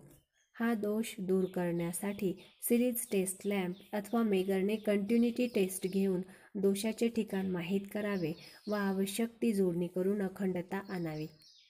शॉर्ट सर्किट: दोन वेगवेगळ्या पोलॅरिटीच्या वायर्समधील कंडक्टर्स लोड रेझिस्टन्सशिवाय एकत्र जोडले गेले असल्यास शॉर्ट सर्किटचा दोष होतो. हा दोष शोधून काढण्यासाठी मेगर किंवा टेस्ट लॅम्पने दोष शोधून काढता येतो. टेस्ट लॅम्पने सिरीज टेस्ट घेतली असता जर सिरीज टेस्ट लॅम्प ब्राईट पेटत असेल तर शॉर्ट सर्किट आहे असे समजून योग्य ती दुरुस्ती करावी व दोष शोधून काढावा. ग्राउंड फॉल्ट: फेज वायरमधील कंडक्टर हा उपकरण अथवा यंत्राच्या धातुयुक्त बॉडीशी जोडला गेला असेल तर हा दोष घडून येतो. हा दोष मेगर अथवा सिरीज टेस्टिंगद्वारे माहीत करता येतो. मिनिचर circuit breaker (MCB). मिनिचर circuit breaker म्हणजे हा एक बंद यांत्रिक स्विच आहे. याच्या साहाय्याने साधारण स्थितीत सर्किटला विद्युत पुरवठ्याशी जोडता व तोडता येते आणि ओव्हरलोड किंवा शॉर्ट सर्किट अशा दोषांच्या वेळी हा सर्किट ब्रेकर सर्किटला आपोआप विद्युत पुरवठ्यापासून अलग करून सर्किटचे संरक्षणही करतो. याची बाहेरची बॉडी उच्च यांत्रिक शक्ती असलेल्या इन्सुलेटेड पदार्थापासून बनवलेली असते. त्यामध्ये दोन कॉन्टॅक्ट्स जोडण्यासाठी व तोडण्यासाठीची स्विचिंग व्यवस्था करून सर्किटच्या संरक्षणाचीही व्यवस्था केलेली असते. त्यासाठी फिक्स आणि मूव्हिंग कॉन्टॅक्ट्स असतात. कॉन्टॅक्ट्सच्या टिपवर सिल्वर ग्राफाईटची कोटिंग केलेली असते. कॉन्टॅक्ट्स जोडतेवेळी व तोडतेवेळी होणारी स्पार्किंग विझवण्यासाठी एक आर्क ग्रीड असते. त्या ग्रीडमध्ये आर्क चेंबर असते. कॉन्टॅक्ट्स जोडण्यासाठी व तोडण्यासाठी एक स्विचिंग डॉली स्प्रिंगच्या साहाय्याने बसवलेली असते. त्यास ओव्हरलोडपासून संरक्षण मिळवण्यासाठी मिश्रधातूचे ट्रिपिंग मेकॅनिझम जोडलेले असते आणि शॉर्ट सर्किटपासून संरक्षण मिळवण्यासाठी एक सॉलेनॉइड कॉईल बसवलेली असते. म्हणजेच या MCBमध्ये सर्किटच्या दोषापासून संरक्षण मिळवण्यासाठी थर्मल मॅग्नेटिक रिलीज युनिट जोडलेले असते. कार्यपद्धत: सर्किटच्या साधारण स्थितीत स्विचिंग डॉली वर करून सर्किट विद्युत पुरवठ्याशी जोडले जाते आणि डॉली खाली करून सर्किट बंद करता येते. जेव्हा सर्किटमधून साधारण करंटपेक्षा जास्तीचा करंट 130% पेक्षा जास्त वाहील तेव्हा तापमान वाढून मिश्र धातूच्या पट्ट्या प्रसरण पावतात आणि ट्रिप लिव्हरला फिरवतात व ट्रिप लिव्हर हा सॉलेनॉइड कॉईलच्या चुंबकीय क्षेत्रात येतो. त्यामुळे ट्रिप मेकॅनिझममुळे स्विचिंग डॉली ट्रिप होऊन खाली ओढल्या जाते आणि कॉन्टॅक्ट्सचा संबंध तुटून सर्किट हे सप्लायपासून अलग होते. म्हणजेच या MCBमध्ये 130% ते 400% करंटपर्यंत थर्मल ॲक्शनमुळे सर्किट ट्रिप होते आणि 400 ते 700% पर्यंत थर्मल व मॅग्नेटिक ॲक्शनमुळे सर्किट ट्रिप होते. 700%च्या पुढे पूर्णतः मॅग्नेटिक ॲक्शनमुळे सर्किट ट्रिप होते. MCBची बनावट आणि rating. Design and rating of MCBज. साधारणपणे सभोवतालच्या वातावरणाचे तापमान 25°C गृहीत धरून MCBची करंट रेटिंग व पोलची डिझाईन केलेली असते. ही रेटिंग खालीलप्रमाणे असते. सिंगल पोल MCB 0.5 ते 60 अँपिअर, डबल पोल MCB 5 ते 60 अँपिअर, ट्रिपल पोल MCB 5 ते 60 अँपिअर, 4 पोल MCB 5 ते 60 अँपिअर. MCBचे वर्गीकरण. Categories of MCBज. MCBचे वर्गीकरण खालीलप्रमाणे असते. L series MCB. Resistive load असलेल्या सर्किटचे संरक्षण करण्यासाठी या सिरीजच्या MCBची बनावट केलेली असते. याचा ट्रिपिंग फॅक्टर 10 अँपिअरपर्यंत 1.6 आणि 10 अँपिअरपेक्षा जास्तीच्या करंटवर 1.35 एवढा असतो. असे MCB गीझर, ओव्हर आणि सामान्य लाइटिंग सिस्टीमसाठी चांगले असतात. G series MCB. Inductive load असलेल्या सर्किटचे संरक्षण करण्यासाठी या सिरीजच्या MCBची बनावट केलेली असते. याचा ट्रिपिंग फॅक्टर सर्व करंटसाठी 1.11 एवढा असतो. याची मॅग्नेटिक ट्रिपिंग रेटेड करंटच्या 7 पट करंटला सुरू होते. म्हणून असे MCB Motors, air conditioners, hand tools आणि हॅलोजन लॅम्प्स यांच्या सर्किटसाठी चांगले असतात. DC series MCB. या सिरीजच्या MCBची बनावट DC 250 व्होल्टपर्यंत केलेली असते. याची ब्रेकिंग कॅपॅसिटी 6 किलो ॲम्पियरपर्यंत असते आणि ट्रिपिंग फॅक्टर L आणि G सिरीजच्या MCB सारखे असते. स्विच फ्यूज युनिटपेक्षा MCBचे फायदे. स्विच फ्यूज युनिट अर्थात ICDP किंवा ICTP पेक्षा MCB वापरल्याने खालील फायदे मिळतात. ट्रिपिंगची सेटिंग फक्त उत्पादकच केलेली असल्याने ती सेटिंग नंतर बदलता येत नाही. जसे फ्यूज तार बदलताना तारेचा आकार बदलण्याची शक्यता असते. तापमान रोधक असतात. एकापेक्षा अनेक युनिट्स एकत्रच उपलब्ध असतात. तोटे महाग असतात. जास्तीचे यांत्रिक भाग मुव्हेबल असतात. समाधानकारक कार्यान्वित आहे याची खात्री करण्यासाठी नियमित देखभाल करावी लागते. सभोवतालचे तापमान वाढल्यास कार्यप्रणालीवर परिणाम होतो. अर्थ लिकेज सर्किट ब्रेकर ELCB. सर्किटमध्ये वापरलेल्या वायर्स खराब किंवा कमी दर्जाच्या असतील तर लिकेज करंट वाहतो. अशा करंटचे प्रमाण मर्यादेपेक्षा जास्त असेल किंवा लिकेज करंट उपकरणांच्या बॉडीमध्ये येत असेल आणि त्यांच्या संपर्कात आपले शरीर आले तर आपणास विजेचा शॉक बसतो. शिवाय निष्कारण पॉवर लॉस होऊन ग्राहकांना जास्तीचे बिल द्यावे लागते. अशा प्रकारच्या धोक्यापासून सर्किटमध्ये जोडलेले फ्यूज किंवा MCB संरक्षण करू शकत नाहीत. म्हणून सर्किटमध्ये अर्थ लिकेज सर्किट ब्रेकर जोडावेच लागतात. ELCBमुळे सर्किटमधून थोडा जरी लिकेज करंट वाहत असेल तर त्वरित ELCB कार्यान्वित होऊन सर्किटला विद्युत पुरवठ्यापासून अलग करतो आणि पुढील संभाव्य धोक्यांपासून संरक्षण देतो. ELCBचे व्होल्टेज ऑपरेटेड ELCB व करंट ऑपरेटेड ELCB असे 2 प्रकार आहेत. परंतु करंट ऑपरेटेड ELCB हे व्होल्टेज ऑपरेटेड ELCBपेक्षा जास्त विश्वसनीय, इन्स्टॉलेशनसाठी व देखभालीसाठी सोपा असतो. करंट ऑपरेटेड ELCB यासच residual current circuit breaker RCCB असेही म्हणतात.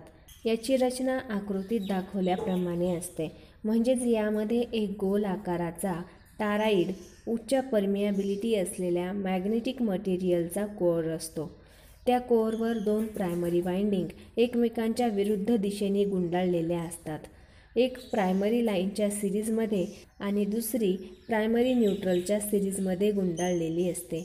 त्याच कोअरवर एक सेकंडरी वाइंडिंगही बसवलेली असते. ही सेकंडरी उच्च संवेदनशील इलेक्ट्रॉन मॅग्नेटिक ट्रिप रिलेला जोडलेली असते. हा रिले ट्रिप मेकॅनिझमला कार्यान्वित करण्याची व्यवस्था केलेली असते. कार्यपद्धत. लाईनमधून वाहणारा करंट आणि न्यूट्रलमधून वाहणारा करंट यांची व्हेक्टर बेरीज नेहमी 0 असते. जर लाईनमधून वाहणारा करंट आणि न्यूट्रलमधून वाहणारा करंट यामध्ये तफावत असेल तर त्या करंटला रिसिड्युअल करंट असे म्हणतात. या रिसिड्युअल करंटमुळेच हा सर्किट ब्रेकर कार्यान्वित होत असतो. जेव्हा सर्किटमधून लिकेज करंट वाहत नसतो म्हणजेच साधारण स्थिती असते तेव्हा दोन्ही प्रायमरीमधून वाहणारा करंट सारखाच पण विरुद्ध दिशेने वाहणारा असतो. त्यामुळे दोन्ही प्रायमरीभोवती निर्माण होणाऱ्या चुंबकीय रेषा एकमेकास विरोध करतात. अर्थात प्रायमरीच्या परिणामी चुंबकीय रेषा शिल्लक राहतच नाहीत. अशा स्थितीत सेकंडरीकडून प्रायमरीच्या चुंबकीय रेषा कापल्या जात नाहीत. या उलट जेव्हा अर्थ फॉल्टमुळे किंवा खराब इन्सुलेशनमुळे लिकेज करंट वाहतो तो करंट अर्थकडे जातो. अशावेळी लाईन करंट व न्यूट्रलमधून वाहणारा करंट यांच्यामध्ये तफावत पडते. करंटच्या या तफावतीमुळे प्रायमरी वाइंडिंगच्या भोवती परिणामी चुंबकीय रेषा शिल्लक राहतात. या चुंबकीय रेषा सेकंडरीकडून कापल्या जातात आणि सेकंडरीमध्ये EMF निर्माण होतो. सेकंडरीच्या विद्युतदाबामुळे ऑपरेटिंग कॉईल कार्यान्वित होते आणि ट्रिपिंग मेकॅनिझमला कार्यान्वित करते. त्यामुळे सर्किट ट्रिप होऊन बंद होते. MCBचा तांत्रिक तपशील. Technical specification of MCBs. Related voltage 240 ते 415 व्होल्ट AC 50 सायकल दर सेकंद आणि 220 व्होल्टपर्यंत DC. करंट रेटिंग 0.5, 1, 1.6, 2, 2.5, 3, 4, 5, 6, 7.5, 10, 16, 20, 25, 32, 35, 40 ॲम्पियर आणि 63 ॲम्पियर. पोलची संख्या 1, 2, 3. प्रकार L, G आणि DC series. Breaking capacity 9 kilo ॲम्पियरपर्यंत. यांत्रिक जीवनमान 1,00,000 ऑपरेशन्स. विद्युत जीवनमान 50,000 operations. Overload capacity 15% overload. Housing glass fibre reinforced polyester. Fixing 35 mm चॅनलवर चटकन पुन्हा पुन्हा बसवता येणारा. टर्मिनलचे प्रकार आउटगोईंग व इनकमिंगसाठी 25 mm² box type terminal. Wiring इन्स्टॉलेशनची टेस्टिंग. कोणतीही वायरिंग पूर्ण केल्यानंतर त्या इन्स्टॉलेशनला विद्युत पुरवठा करण्यापूर्वी मेगरच्या साहाय्याने ज्या टेस्टिंग घ्याव्या लागतात त्या टेस्टिंगला इन्स्टॉलेशन टेस्ट असे म्हणतात. भारतीय विद्युत नियम 1956 नुसार नवीन किंवा फार जुन्या इन्स्टॉलेशनची मेगरने टेस्ट घेणे आवश्यक असते. इन्स्टॉलेशन टेस्टिंगची आवश्यकता. भारतीय विद्युत नियमानुसारच वायरिंग इन्स्टॉलेशनची उभारणी करावी लागते. नियमाप्रमाणे वायरिंग केली गेली नसेल तर खालीलप्रमाणे नुकसान होते ते होऊ नये म्हणून टेस्टिंग घेणे आवश्यक असते. निष्कारण पॉवर लॉस होऊ नये म्हणून. वायरिंगमधील फेज व न्यूट्रल वायर व तसेच फेज व अर्थ कंडक्टरमधील इन्सुलेशन रेझिस्टन्स जास्तीत जास्त असणे आवश्यक असते. भारतीय विद्युत नियमानुसार जवळच्या 2 कंडक्टरमधील इन्सुलेशन रेझिस्टन्स हा 3 मेगा ओहमपेक्षा कमी असू नये. जर वायरवरील इन्सुलेशन खराब किंवा कमी दर्जाचे असेल तर त्याचा इन्सुलेशन रेझिस्टन्स कमी असतो. रेझिस्टन्स कमी असल्यामुळे इन्सुलेशनमधून लिकेज करंट वाहतो. या करंटमुळे I²R वॅट्स एवढी पॉवर लॉस होते. ही वाया जाणारी पॉवर आपल्या कामी येत नाही. म्हणून हे टाळण्यासाठी इन्सुलेशन रेझिस्टन्स मोजण्यासाठी टेस्ट घेणे आवश्यक असते. लिकेज करंट वाहू नये म्हणून. भारतीय विद्युत नियमाप्रमाणे लिकेज करंट हा सर्किटमधील एकूण करंटच्या 1/5000 हिस्स्यापेक्षा जास्त नसावा. परंतु कमी दर्जाचे वायर्स वापरल्यामुळे जर ह्या मर्यादित करंटपेक्षा जास्तीचा करंट वाहू लागल्यास त्या ठिकाणी काम करणाऱ्या कामगार किंवा ऑपरेटर यांना विजेचा शॉक बसण्याची शक्यता असते. लिकेज करंट बरोबर सप्लाय व्होल्टेज भागिले इन्सुलेशन रेझिस्टन्स. याचे उत्तर सर्किटच्या करंटच्या 1/5000 पेक्षा जास्त नसावे. जर उत्तर जास्त असेल तर इन्सुलेशन रेझिस्टन्स वाढवावा लागेल. म्हणजेच वायर्स चांगल्या प्रतीच्या वापराव्या लागतील. इन्सुलेशन रेझिस्टन्स हा खालील सूत्रानुसार माहीत करता येतो. इन्सुलेशन रेझिस्टन्स बरोबर 50 भागिले एकूण पॉईंट्सची संख्या मेगा ओहम. PVC वायर वापरली असतील तर इन्सुलेशन रेझिस्टन्स बरोबर 25 भागिले एकूण पॉईंट्सची संख्या मेगा ओहममध्ये. याप्रमाणे मिळणारा रेझिस्टन्स मेगा ओहम असेल तर वायरिंग चांगली समजावी. वायरिंगमध्ये वापरलेला वायर निरुपयोगी होऊ नये म्हणून. नवीन वायरिंग करतेवेळी वायरमनच्या नजरचुकीने शॉर्ट सर्किट झाल्यास आणि योगायोगाने त्या सर्किटवरील फ्यूज तार जाड वापरला असल्यास अशावेळी टेस्ट न घेताच वीज पुरवठा चालू केल्यास I²RT प्रमाणे उष्णता निर्माण होते. त्या उष्णतेमुळे सर्व वायरिंग जळून जाते. अशा प्रकारचे नुकसान होऊ नये म्हणून वायरिंगची कंटिन्युटी टेस्ट घ्यावी लागते.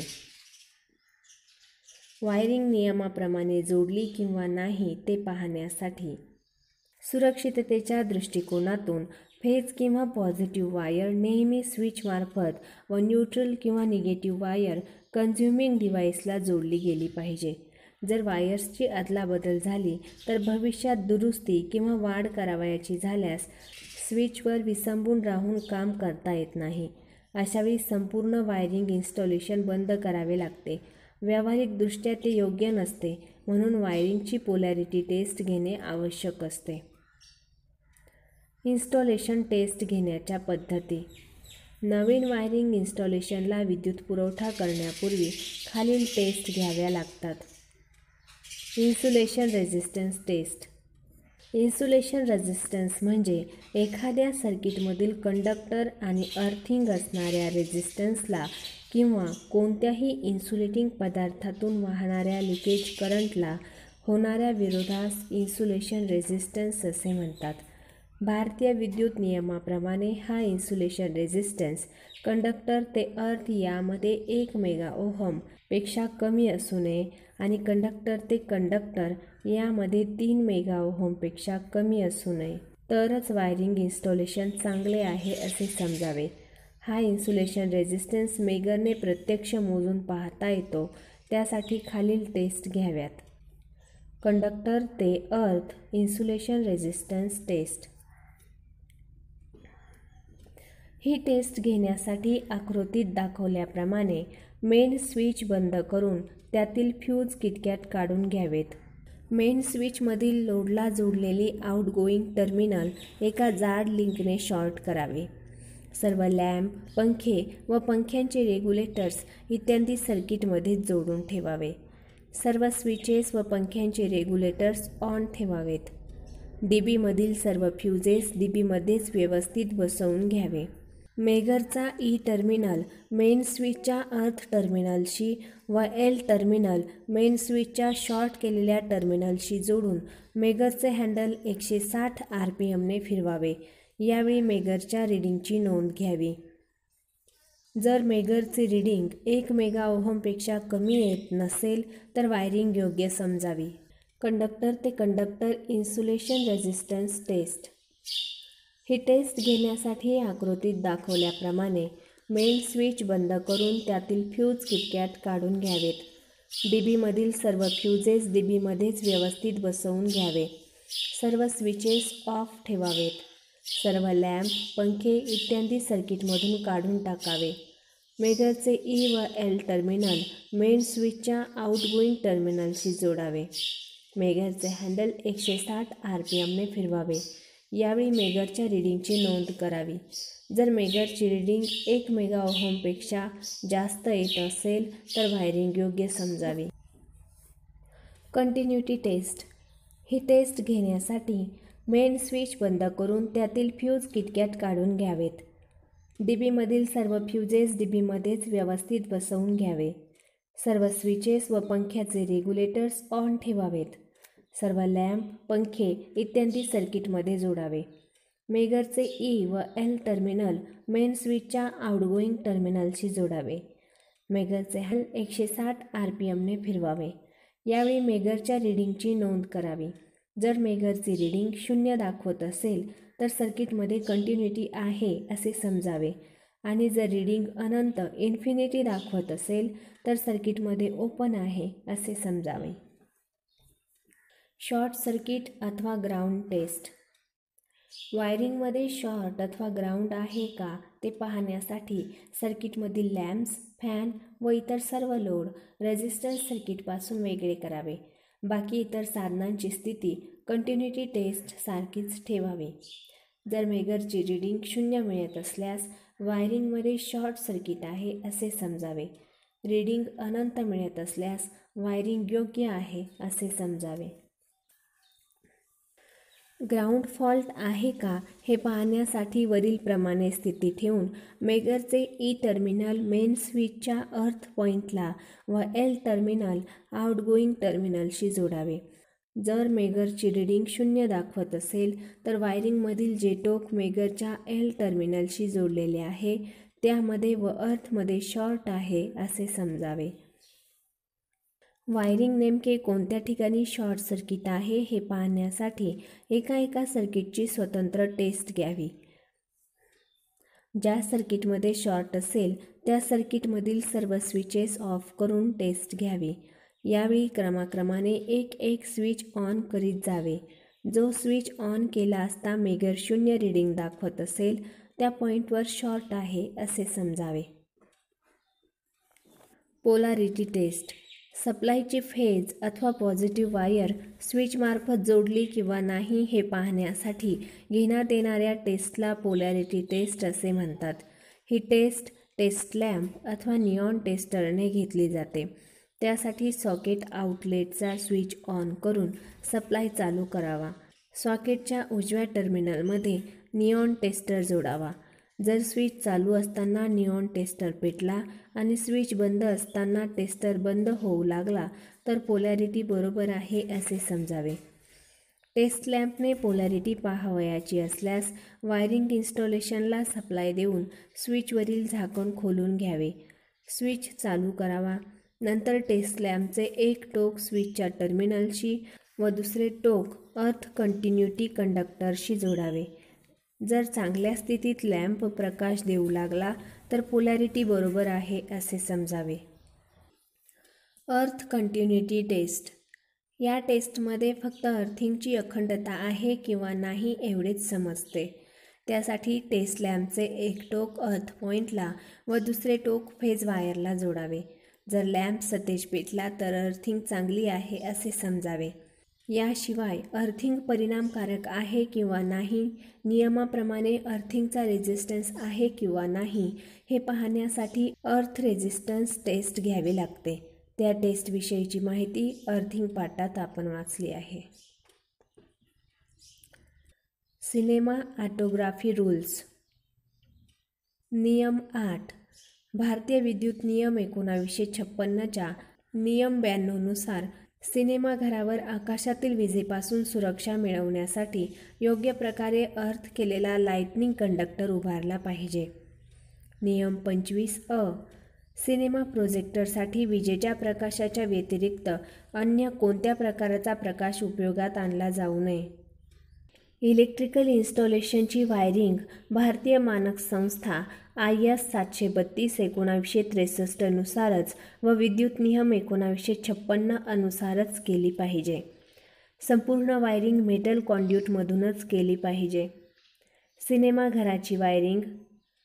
वरील नियम 25 अंतर्गत सिनेमाघराची वायरिंग खालीलप्रमाणे केली पाहिजे. प्रोजेक्शन खोली. प्रोजेक्शन सर्किटला एका स्वतंत्र मेन स्विचने नियंत्रित केले पाहिजे. प्रोजेक्टरला नियंत्रित करण्यासाठी प्रोजेक्टरच्या खोलीमध्येच आयर्न क्लॅड स्विचने नियंत्रित केले पाहिजे. प्रोजेक्शन खोलीमधील संपूर्ण वायरिंगला अग्निरोधक पदार्थाने झाकले पाहिजे. प्रोजेक्शन खोलीची वायरिंग जर लेड कव्हर वायरने करावयाची असेल तरीही ती वायरिंग मेटल कॉन्ड्यूटमधूनच केली पाहिजे. सर्व स्विचेस व फ्यूजेस लोखंडी आवरणामध्ये बंद ठेवले पाहिजे. सर्व स्विचेसला व मेटल कॉन्ड्यूटला 8 गेजच्या GI तारेने योग्य प्रकारे व सलगपणे अर्थशी जोडले पाहिजे. मुख्य विद्युत निरीक्षकाच्या लेखी परवानगीशिवाय प्रोजेक्शन रूममध्ये कोणत्याही वेळी 250 व्होल्टपेक्षा जास्त व्होल्टेजची लाईन घेतली जाऊ नये. सिनेमा हॉलमधील एकूण लॅम्पच्या 1/3 लॅम्पपेक्षा जास्त लॅम्पचे नियंत्रण प्रोजेक्शन रूममधून करू नये. फिल्म वाइंडिंग मशीनच्या रूममध्येही प्रोजेक्शन रूममध्ये सांगितलेले नियम पाळले पाहिजे. आकस्मिक संकटकालीन दिवे. संकट काळामध्ये विजेच्या प्रकाशाव्यतिरिक्त अन्य कोणत्याही प्रकाराचा वापर करू नये.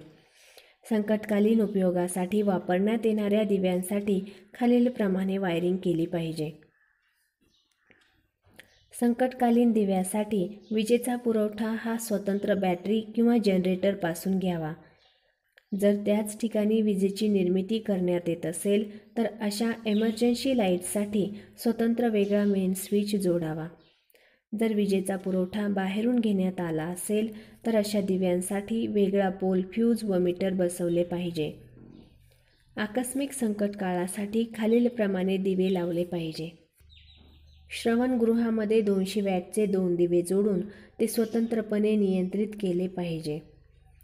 बाहेर एक्झिट अशा नावाचे दिवे द्वार, व्हरांडा, कॉरिडॉर, समाकक्ष अथवा अन्य रस्ते जे की मुख्य मार्गास मिळतात त्या ठिकाणी बसवले पाहिजे. या सर्व दिव्यांचे स्विचेस अथवा कमीत कमी 2 स्विचेस एका ठिकाणी बसवले पाहिजे. सिनेमा भवनाच्या समोरील भागावर जेथे सहजपणे पोहोचता येईल अशाच ठिकाणी एमर्जन्सी लाईटचे स्विचेस बसवले पाहिजे. या लाईटची वायरिंग प्रोजेक्शन रूम अथवा वाइंडिंग रूममधून नेऊ नये. प्रत्येक संकटकालीन दरवाजावर 7.5 सेंटीमीटर लांबीचे काळ्या रंगाचे फिकट काचेचे बॉक्स बसवून त्यावर लाल रंगाने एक्झिट हा शब्द लिहिलेला असावा. या बॉक्समध्ये दिवे बसवून त्यांचे कनेक्शन एमर्जन्सी लाईटच्या सर्किटसोबत करावे अथवा बॅटरीद्वारे स्वतंत्र जोडणी करावे. विद्युत मोटार गृह. ज्या रूममध्ये विद्युत मोटार बसवली असेल त्या ठिकाणी संपूर्ण वायरिंग भारतीय विद्युत नियम 1956 नुसारच केली पाहिजे.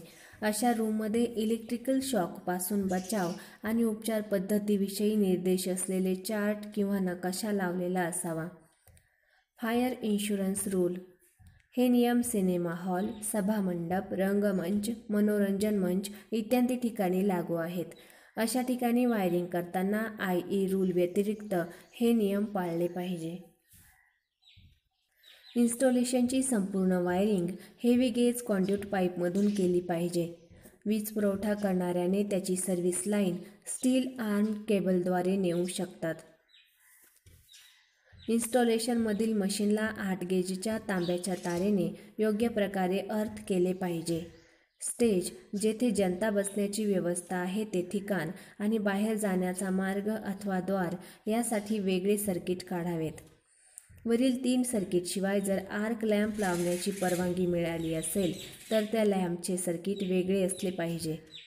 पॉवर लाईटचे सर्किट वेगळे असले पाहिजे. वायरिंगमधील वायरवर त्याच्या निर्धारित करंटपेक्षा जास्तीचा करंट पाठवू नये, अर्थात मर्यादेपेक्षा जास्त लोड देऊ नये. जनतेला दिसणार नाहीत व पोहोचणार नाहीत अशा ठिकाणी कट आऊट बसवावे.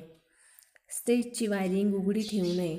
सर्व लटकते असलेले पॉईंट जमिनीपासून 3.25 मीटरपेक्षा कमी उंचीवर बसवू नये. त्या पॉईंटचे वजन वायरवर पडणार नाही याची काळजी घ्यावी. त्यासाठी लोखंडी तारेचा आधार घ्यावा. शक्यतो वायरला जॉईंट करू नये. जर जॉईंट करणे आवश्यकच असेल तर त्या जॉईंटवर सोल्डरिंग करून मजबूत करावे. कॉन्ड्यूट पाईपमध्ये जॉईंट देऊ नये.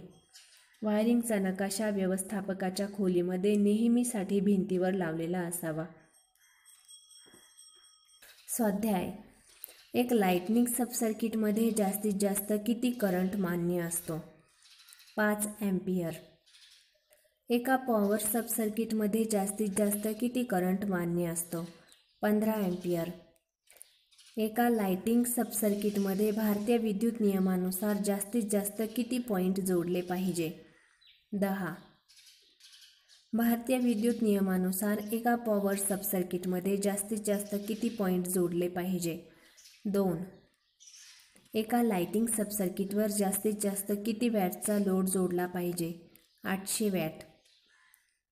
एका पॉवर सबसर्किटवर जास्तीत जास्त किती वॅटचा लोड जोडला पाहिजे? 3000 वॅट. बेडरूममध्ये लाईट पॉईंट्स किती ठेवावी? 3. बेडरूममध्ये किती सॉकेट्स बसवले पाहिजे? 6 अँपिअरचे 3 आणि 16 अँपिअरचे 1. वायरिंग इन्स्टॉलेशनमधील स्विचबोर्ड हा जमिनीपासून किती उंचीवर बसवावा? 1.5 मीटर. घरगुती वायरिंगमध्ये सर्व वायरिंग जमिनीपासून किती उंचीवर व छतापासून किती खाली असावी? जमिनीपासून कमीत कमी 1.5 मीटर उंच व छतापासून 1/2 मीटर खाली. सिलिंग फॅन हा जमिनीपासून कमीत कमी किती उंचीवर बसवला पाहिजे? 2.75 मीटर. लाईट पॉईंट जमिनीपासून किती उंचीवर असावा? 2.5 मीटर. लाइटिंग सबसर्किटसाठी कोणत्या आकाराचा वायर वापरला पाहिजे? 1/1.5 मिलीमीटर स्क्वेअर. पॉवर सबसर्किटसाठी कोणत्या आकाराची वायर वापरावी? 1/2.5 मिलीमीटर स्क्वेअर. 15 अँपिअर 250 व्होल्टच्या पुढील सर्व आउटलेट कोणत्या स्विचद्वारे नियंत्रित केले पाहिजे? Double pole switch. घरगुती वायरिंगमध्ये लाइटिंग सर्किटसाठी कोणत्या आकाराचा कॉपर वायर वापरावा? 3/0.91 मिलीमीटर. घरगुती इन्स्टॉलेशनसाठी जास्त करून कोणत्या प्रकाराची वायरिंग केली जाते? PVC कॉन्ड्यूट वायरिंग आणि कन्सील्ड कॉन्ड्यूट वायरिंग. कोणत्या प्रकाराची वायरिंग इतर वायरिंगपेक्षा जास्त यांत्रिक सुरक्षितता देते व आगीपासून सुरक्षित असते? Conduit wiring. खालीलपैकी कोणती वायरिंग ओलसर ठिकाणी योग्य असते? CTS wiring. सिनेमा हॉलमध्ये कोणत्या प्रकारची वायरिंगची निवड कराल? कन्सील्ड कॉन्ड्यूट वायरिंग. VIR वायरमधील कॉपर कंडक्टरवर टिनिंग का केली जाते? रबरातील गंधकाचा परिणाम कॉपर कंडक्टरवर होऊ नये म्हणून. घरगुती वायरिंगमध्ये मेन स्विच म्हणून कोणत्या स्विचचा उपयोग केला जातो? Double pole switch. औद्योगिक वायरिंग इन्स्टॉलेशनमध्ये लाइटिंग सर्किटसाठी मेन स्विच म्हणून कोणत्या स्विचचा उपयोग केला जातो? Iron clad double pole switch.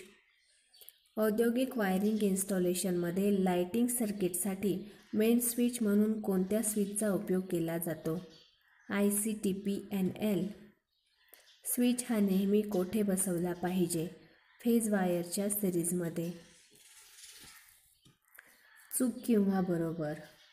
Domestic इन्स्टॉलेशनसाठी single फेजचा सप्लाय वापरतात. बरोबर. जिवंत तारेवर नेहमी जाड लिंक जोडतात. चूक. जिवंत तारेवर नेहमी फ्यूज जोडतात. बरोबर. सुरक्षिततेच्या दृष्टिकोनातून न्यूट्रल वायरवर स्विच जोडतात. चूक. जिवंत तारेवर नेहमी स्विच जोडतात. बरोबर. 3 पिन सॉकेटमध्ये एक टर्मिनल नेहमी जाड व लांब ठेवलेले असते. बरोबर. आधुनिक इमारतीमध्ये PVC कॉन्ड्यूट वायरिंग केली जाते. चूक. आधुनिक घरगुती इमारतीमध्ये कन्सील्ड कॉन्ड्यूट वायरिंग केली जाते. बरोबर. ओलसर ठिकाणी लेड सिथेड किंवा CTS वायरिंग योग्य असते. बरोबर. घरगुती इन्स्टॉलेशनमध्ये मेटल कॉन्ड्यूट वायरिंग केली जाते. चूक. वर्कशॉपमध्ये प्रामुख्याने मेटल कॉन्ड्यूट वायरिंग केली जाते. बरोबर. वायरिंग इन्स्टॉलेशनमध्ये एकाच सर्किटवर लाइटिंग व पॉवर लोड जोडला पाहिजे. चूक. सध्या घरगुती लाइटिंग व पॉवर लोडसाठी एकच एनर्जी मीटर जोडून सप्लाय दिला जातो. बरोबर. हेवी गेज कॉन्ड्यूट पाईपची कटिंग करताना 25 ते दर 25 मिलीमीटरची हॅकसॉ ब्लेड वापरली पाहिजे. बरोबर. Light gauge conduit pipe cutting करताना 32 TPI टीथ पर इंच ची हॅकसॉ ब्लेड वापरली पाहिजे. बरोबर. कॉन्ड्यूट वायरिंगमध्ये वापरलेल्या बेंडची त्रिज्या 7.5 सेंटीमीटरपेक्षा कमी नसावी. बरोबर. कॉन्ड्यूट पाईपला ॲक्सेसरीज फिटिंगसाठी पाडावयाच्या आट्यांची लांबी 11 ते 27 मिलीमीटर असावी. बरोबर. कॉन्ड्यूट पाईप फिटिंगसाठी बसवावयाच्या जवळच्या सॅडलमधील अंतर 1 मीटरपेक्षा जास्त नसावे. बरोबर. इन्स्टॉलेशनसाठी बसवलेल्या एनर्जी मीटरची उंची जमिनीपासून 1 मीटरपेक्षा कमी नसावी. बरोबर. रिकाम्या जागा. वायरिंग इन्स्टॉलेशनमध्ये रंगीत वायर्स वापरावयाची झाल्यास फेजसाठी डॅश डॅश रंगाची, न्यूट्रलसाठी डॅश डॅश रंगाची व अर्थिंगसाठी डॅश डॅश रंगाची वायर वापरावी. वायरिंग इन्स्टॉलेशनमध्ये रंगीत वायर्स वापरावयाची झाल्यास फेजसाठी लाल रंगाची, न्यूट्रलसाठी काळ्या रंगाची व अर्थिंगसाठी हिरव्या रंगाची वायर वापरावी. 3 फेजसाठी अनुक्रमे dash dash dash dash dash dash व न्यूट्रलसाठी डॅश डॅश रंगाच्या वायर्स वापराव्यात. 3 फेजसाठी अनुक्रमे लाल, पिवळी, निळी व न्यूट्रलसाठी काळ्या रंगाची वायर्स वापराव्यात. बाथरूममध्ये जमिनीपासून डॅश डॅश सेंटीमीटरपेक्षा खाली सॉकेट आउटलेट बसवू नये. बाथरूममध्ये जमिनीपासून 130 सेंटीमीटरपेक्षा खाली सॉकेट आउटलेट बसवू नये. 7/20 SWG पेक्षा जाड वायर्सची जोडणी करताना वायरच्या टोकाला डॅश डॅश बसवून जोडणी करावी. 7/20 SWG पेक्षा जाड वायरची जोडणी करताना वायरच्या टोकाला लग बसवून जोडणी करावी. नव्याने केलेल्या वायरिंगची डॅश डॅश घेतल्याशिवाय त्या इन्स्टॉलेशनला विद्युत पुरवठा जोडू नये. नव्याने केलेल्या वायरिंगची मेगर टेस्टिंग घेतल्याशिवाय त्या इन्स्टॉलेशनला विद्युत पुरवठा जोडू नये. भारतीय विद्युत नियमानुसार फेज व न्यूट्रल किंवा फेज व अर्थ यामधील इन्सुलेशन रेझिस्टन्स डॅश डॅशपेक्षा कमी असू नये. भारतीय विद्युत नियमानुसार फेज व न्यूट्रल किंवा फेज व अर्थ यामधील इन्सुलेशन रेझिस्टन्स 1 मेगाओहमपेक्षा कमी असू नये. वायर्सचा कंडक्टर व इन्सुलेशन यामधील इन्सुलेशन रेझिस्टन्स कमी असेल तर डॅश डॅश वाहतो. वायर्सचा कंडक्टर व इन्सुलेशन यामधील इन्सुलेशन रेझिस्टन्स कमी असेल तर लिकेज करंट वाहतो. भारतीय विद्युत नियमानुसार लिकेज करंट हा सर्किटमधील डॅश डॅश करंटपेक्षा जास्त नसावा. भारतीय विद्युत नियमानुसार लिकेज करंट हा सर्किटमधील एकूण 1/5000 करंटपेक्षा जास्त नसावा. लिकेज करंट बरोबर सप्लाय व्होल्टेज भागिले इन्सुलेशन रेझिस्टन्स याचे उत्तर सर्किट करंटच्या डॅश डॅशपेक्षा जास्त नसावे. लिकेज करंट बरोबर सप्लाय व्होल्टेज भागिले इन्सुलेशन रेझिस्टन्स याचे उत्तर सर्किट करंटच्या 1/5000 पेक्षा जास्त नसावे. इन्सुलेशन रेझिस्टन्स बरोबर 50 भागिले पॉईंटची संख्या यांचे उत्तर मेगाओहममध्ये असले पाहिजे. इन्स्टॉलेशनची मेगर टेस्टिंग घेताना मेगरचा हँडल डॅश डॅश RPMने फिरवला पाहिजे. इन्स्टॉलेशनची मेगर टेस्टिंग घेताना मेगरचा हँडल 160 RPMने फिरवला पाहिजे. कंडक्टर ते अर्थ यामधील इन्सुलेशन रेझिस्टन्स हा डॅश डॅशपेक्षा कमी दाखवत नसेल तर वायरिंग चांगली समजावी. कंडक्टर ते अर्थ यामधील इन्सुलेशन रेझिस्टन्स हा 1 मेगाओहमपेक्षा कमी दाखवत नसेल तर वायरिंग चांगली समजावी. कंडक्टर ते कंडक्टर यामध्ये इन्सुलेशन रेझिस्टन्स हा डॅश डॅशपेक्षा कमी दाखवत नसेल तर वायरिंग चांगली समजावी.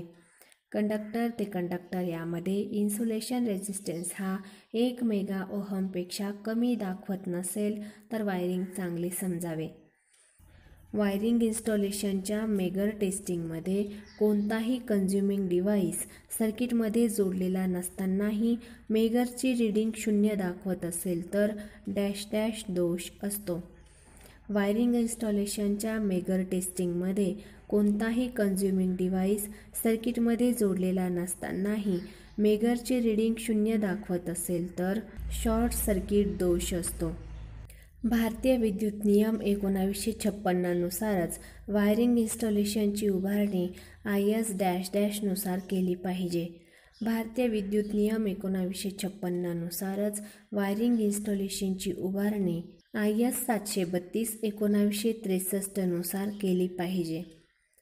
आधुनिक बहुमजली इमारतीमध्ये डॅश डॅश व डॅश डॅश अशा 2 पद्धतीने वायरिंग केली जाते.